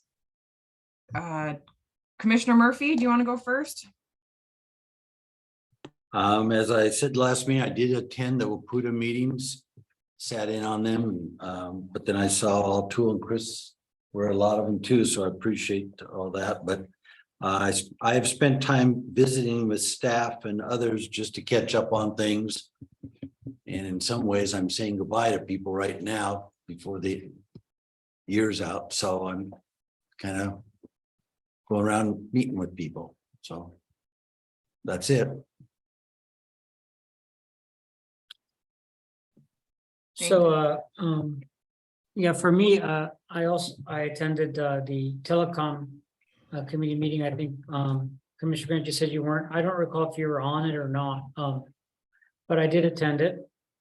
And there was extensive discussion with the state broadband office. There was what I would say, I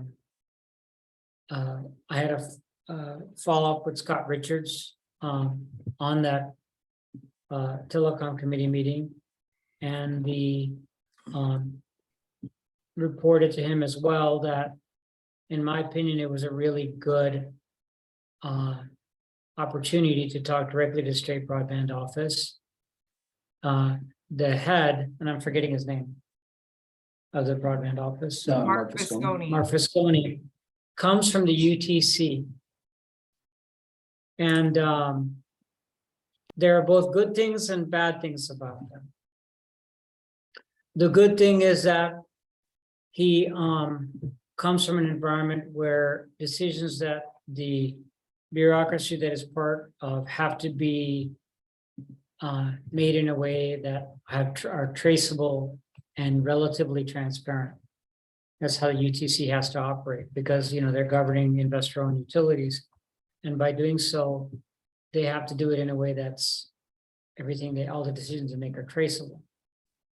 The bad side of coming from that background is that he really knows nothing about PUDs because he didn't have to deal with PUDs.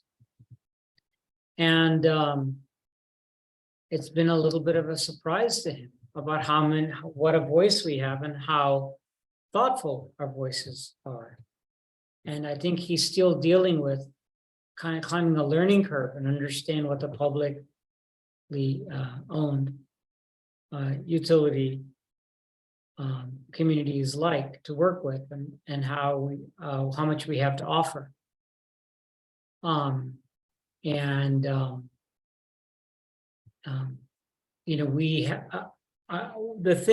main thing that came out of for me was that this engagement that started in the last set of PUD meetings in September this month, that engagement has to continue.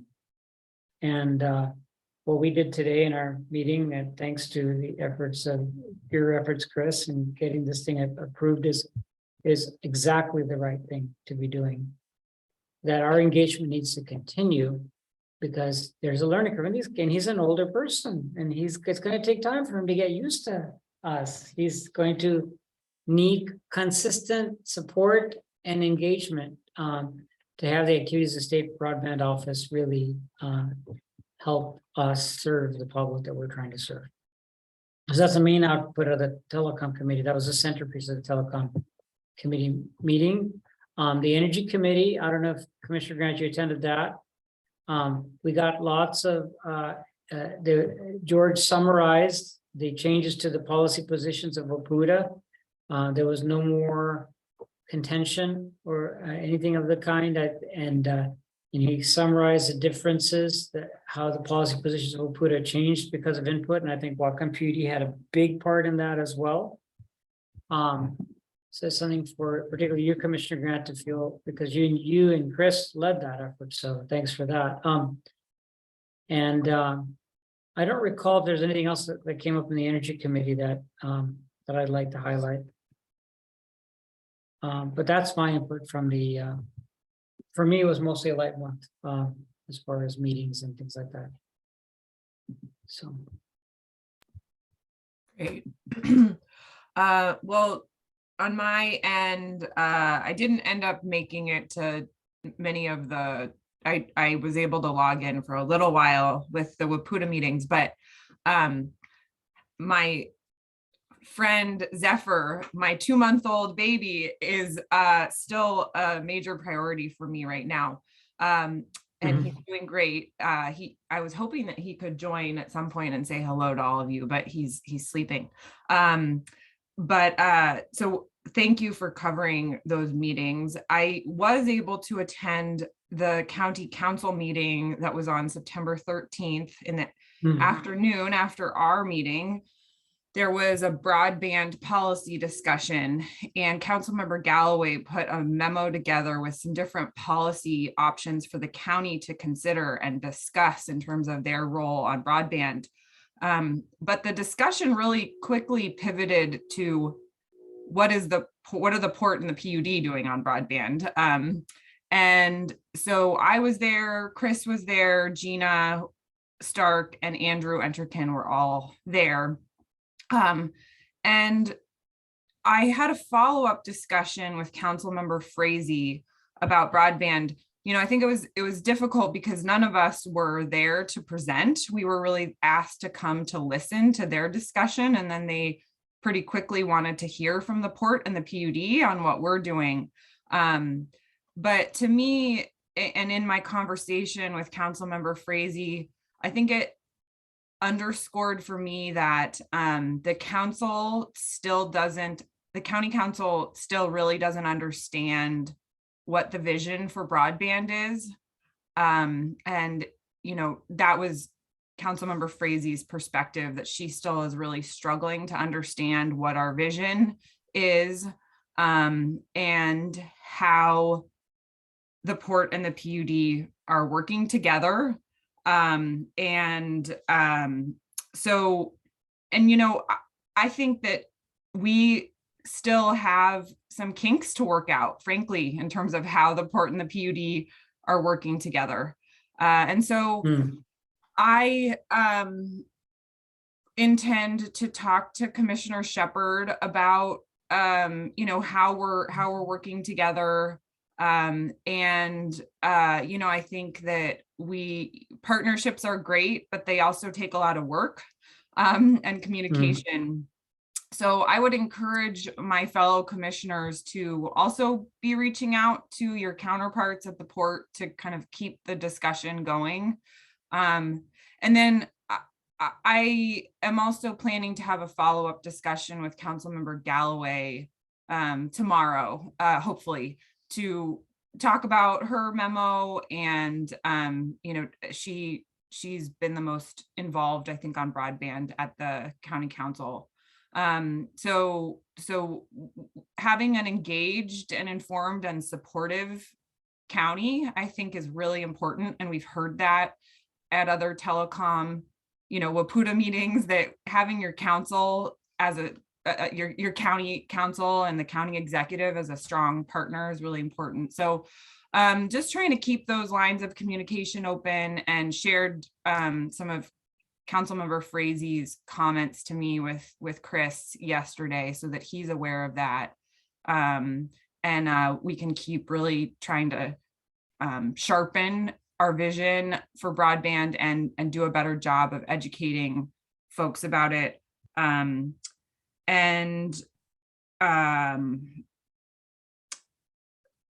other kind of broadband related thing that I wanted to mention was really continuing to think about the RDOF areas.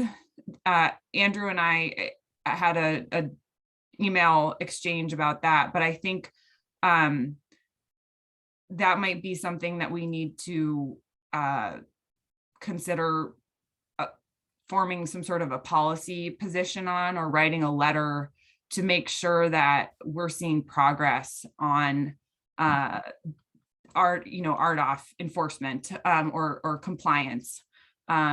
So that's something that I want to talk to Councilmember Galloway about too. I think that's it for me. It's mostly been the discussions with, that county council meeting and some of the follow-up discussions from that policy memo.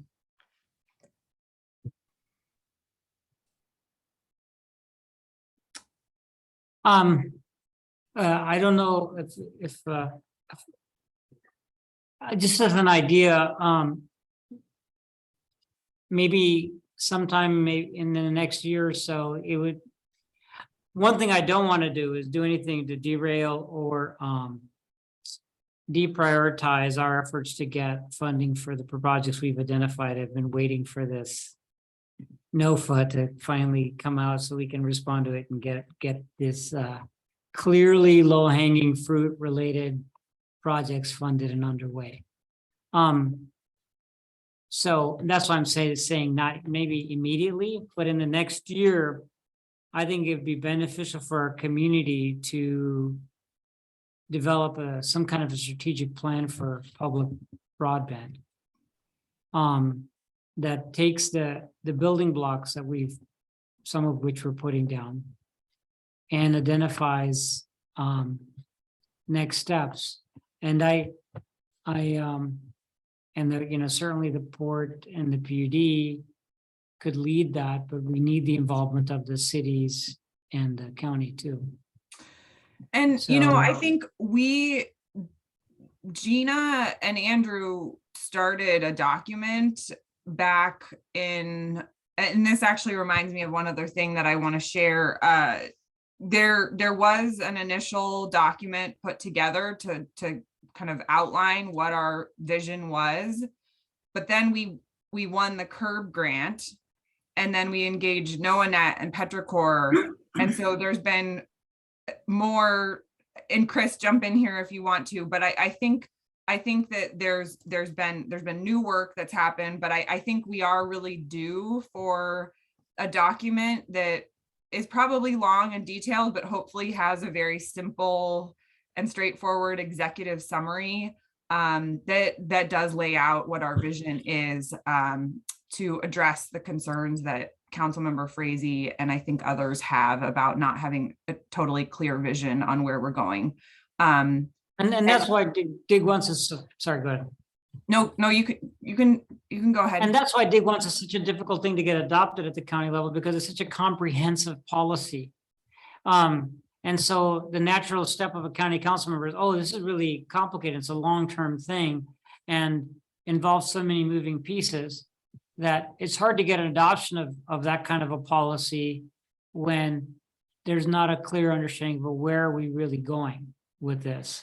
And that would apply to many other policies that could support, the increased deployment of fiber in the county. Mm-hmm. And then I also wanted but at to the same time, sorry. Oh, no, go ahead. No, I'm talking too much. Go ahead. Okay. Well, all I was going to say too is NOAANET and Petrichor are finishing their work, and we talked about having a meeting where they present their results to Commissioner Shepard and myself. But I talked with Chris about that yesterday, and I would really prefer that they present they're planning to give a presentation to our commission, but I didn't really see the need for there to be a separate meeting. We can always invite Commissioner Shepard to come to our meeting, but I wanted to, we discussed earlier in the year that as we're trying to build out this new broadband line of business at the PUD, all three of us should be really engaged in this. And so that's, I would prefer, and we're going to just have the NOAANET and Petrichor presentation happen at our commission meeting with all three of us. I just really didn't see the point in having it happen twice. And yeah, like I said, do what you're saying. Yeah, what was Let's that? do what you're saying. Let's, if you could extend that invitation to Commissioner Shepard, we'd love to see him in here. I think that would be great. As I said, he's on my list to reach out to. So I'll see if he can come when we get that. When do we believe that's going to be on the calendar, Chris? We're going to be talking about that in our broadband meeting on Thursday. Okay. So I should be able to answer that Friday morning. Okay.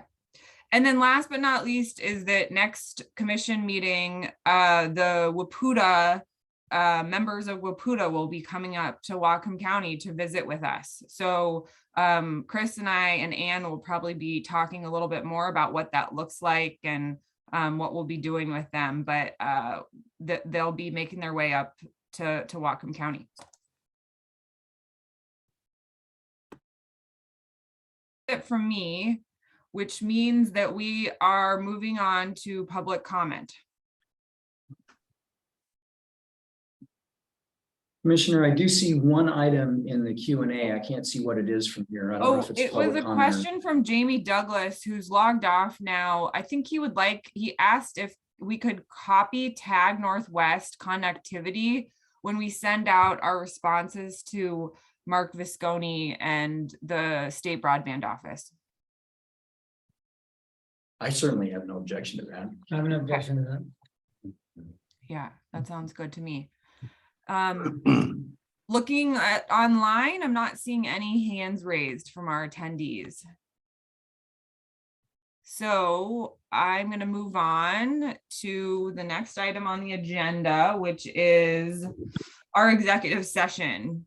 And that is going to be related to potential litigation, water rights adjudication, And John, we are estimating that this is going to take about 30 minutes, right?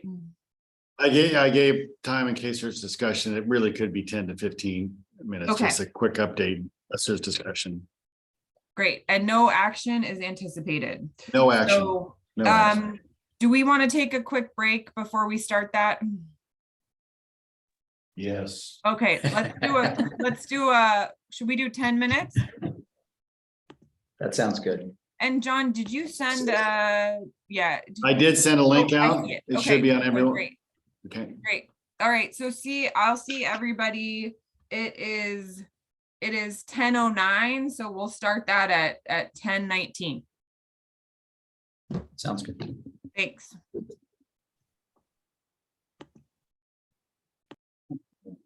Hey, Chris, on the Foster Commission, I'm aware there's been a task force to look at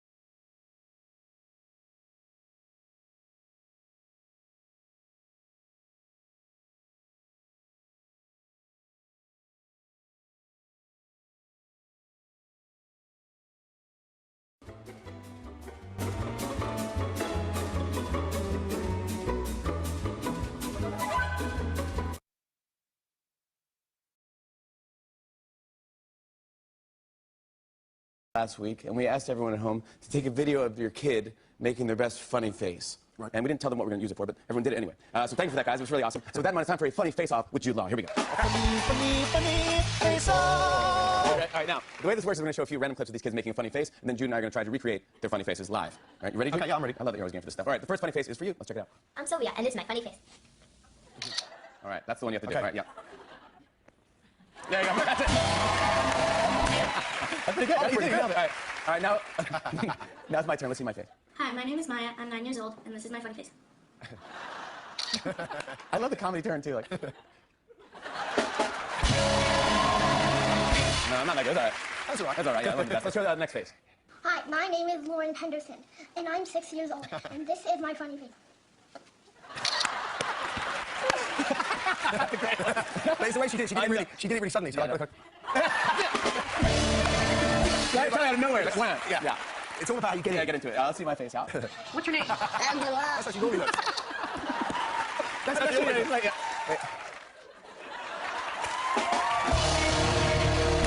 Let's show that one. Let's show that one more time. What's your name? Angela. All right, this last one is for both of us. So we both have to try to match this face. Okay. Now, let's see it. My name is Ian, and this is my funny face. Wow. I don't know. That's right. Okay.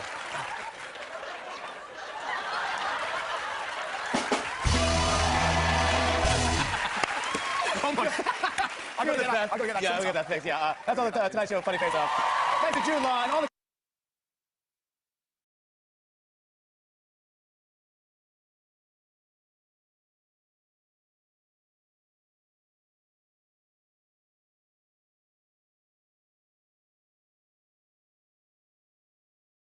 In this video, I'm revealing 10 secrets behind my tricks. Like, do you know I don't shoot in a house, but actually a set?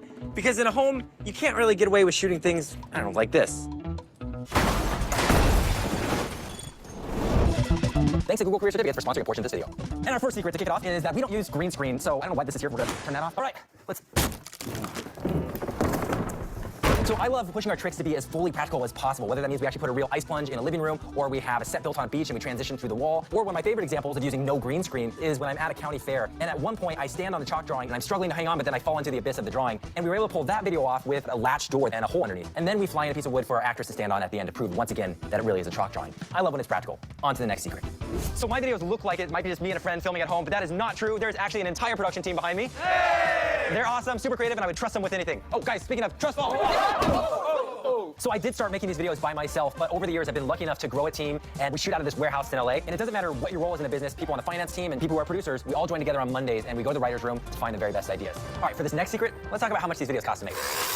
So we intentionally make my videos look DIY or homemade, and that's so that you believe into the magic a little bit more, when in fact, they're actually pretty expensive to pull off. We recently made a video where it costs like $10,000 for every finished second of the video, which is pretty nuts. We also just built a case for a brand new short film, Stranded Part 2, which I hope you enjoy because it is also our most expensive short film endeavor ever. The next secret is I don't make money the way most traditional YouTubers do, and that's because the YouTubers I know make the majority of their income from AdSense, which is when YouTube splits its ad revenue with its creators. But my ad revenue has been typically lower because the audience is so international, so the majority of my studio's funding has to come from things like brand sponsorships, and I want to thank Google Career Certificates for sponsoring this portion of the video. Now, typically a brand would provide a creator with what we call talking points, and that's often why you might hear a creator present their sponsorships like this. Google Career Certificates help people get I mean, I gotta spice it up more than that. Google Career Certificates can help you learn job-ready skills in under 6 months, and they're taught and developed by Google employees. Nice. They recently launched the Google Digital Marketing and E-commerce Certificate, which includes email marketing and designing and running an online store. There are also certificates in the job fields of IT support, and that code is definitely wrong. You also learn data analytics. And who doesn't love a good chart? Except that looks a little high. You want to learn more? Go to grow.google/certificates. And I want to thank Google Career Certificates for sponsoring this portion of the video. Now, you probably won't believe this next secret.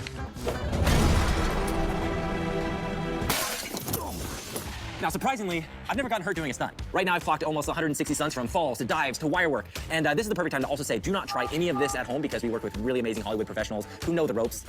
3, 2, 1. One of my favorite stunts was one where I got to be shot backwards on wires. That was pretty fun. And recently got to do some stunts with Dude Perfect, and that's been slowly curing my fear of heights.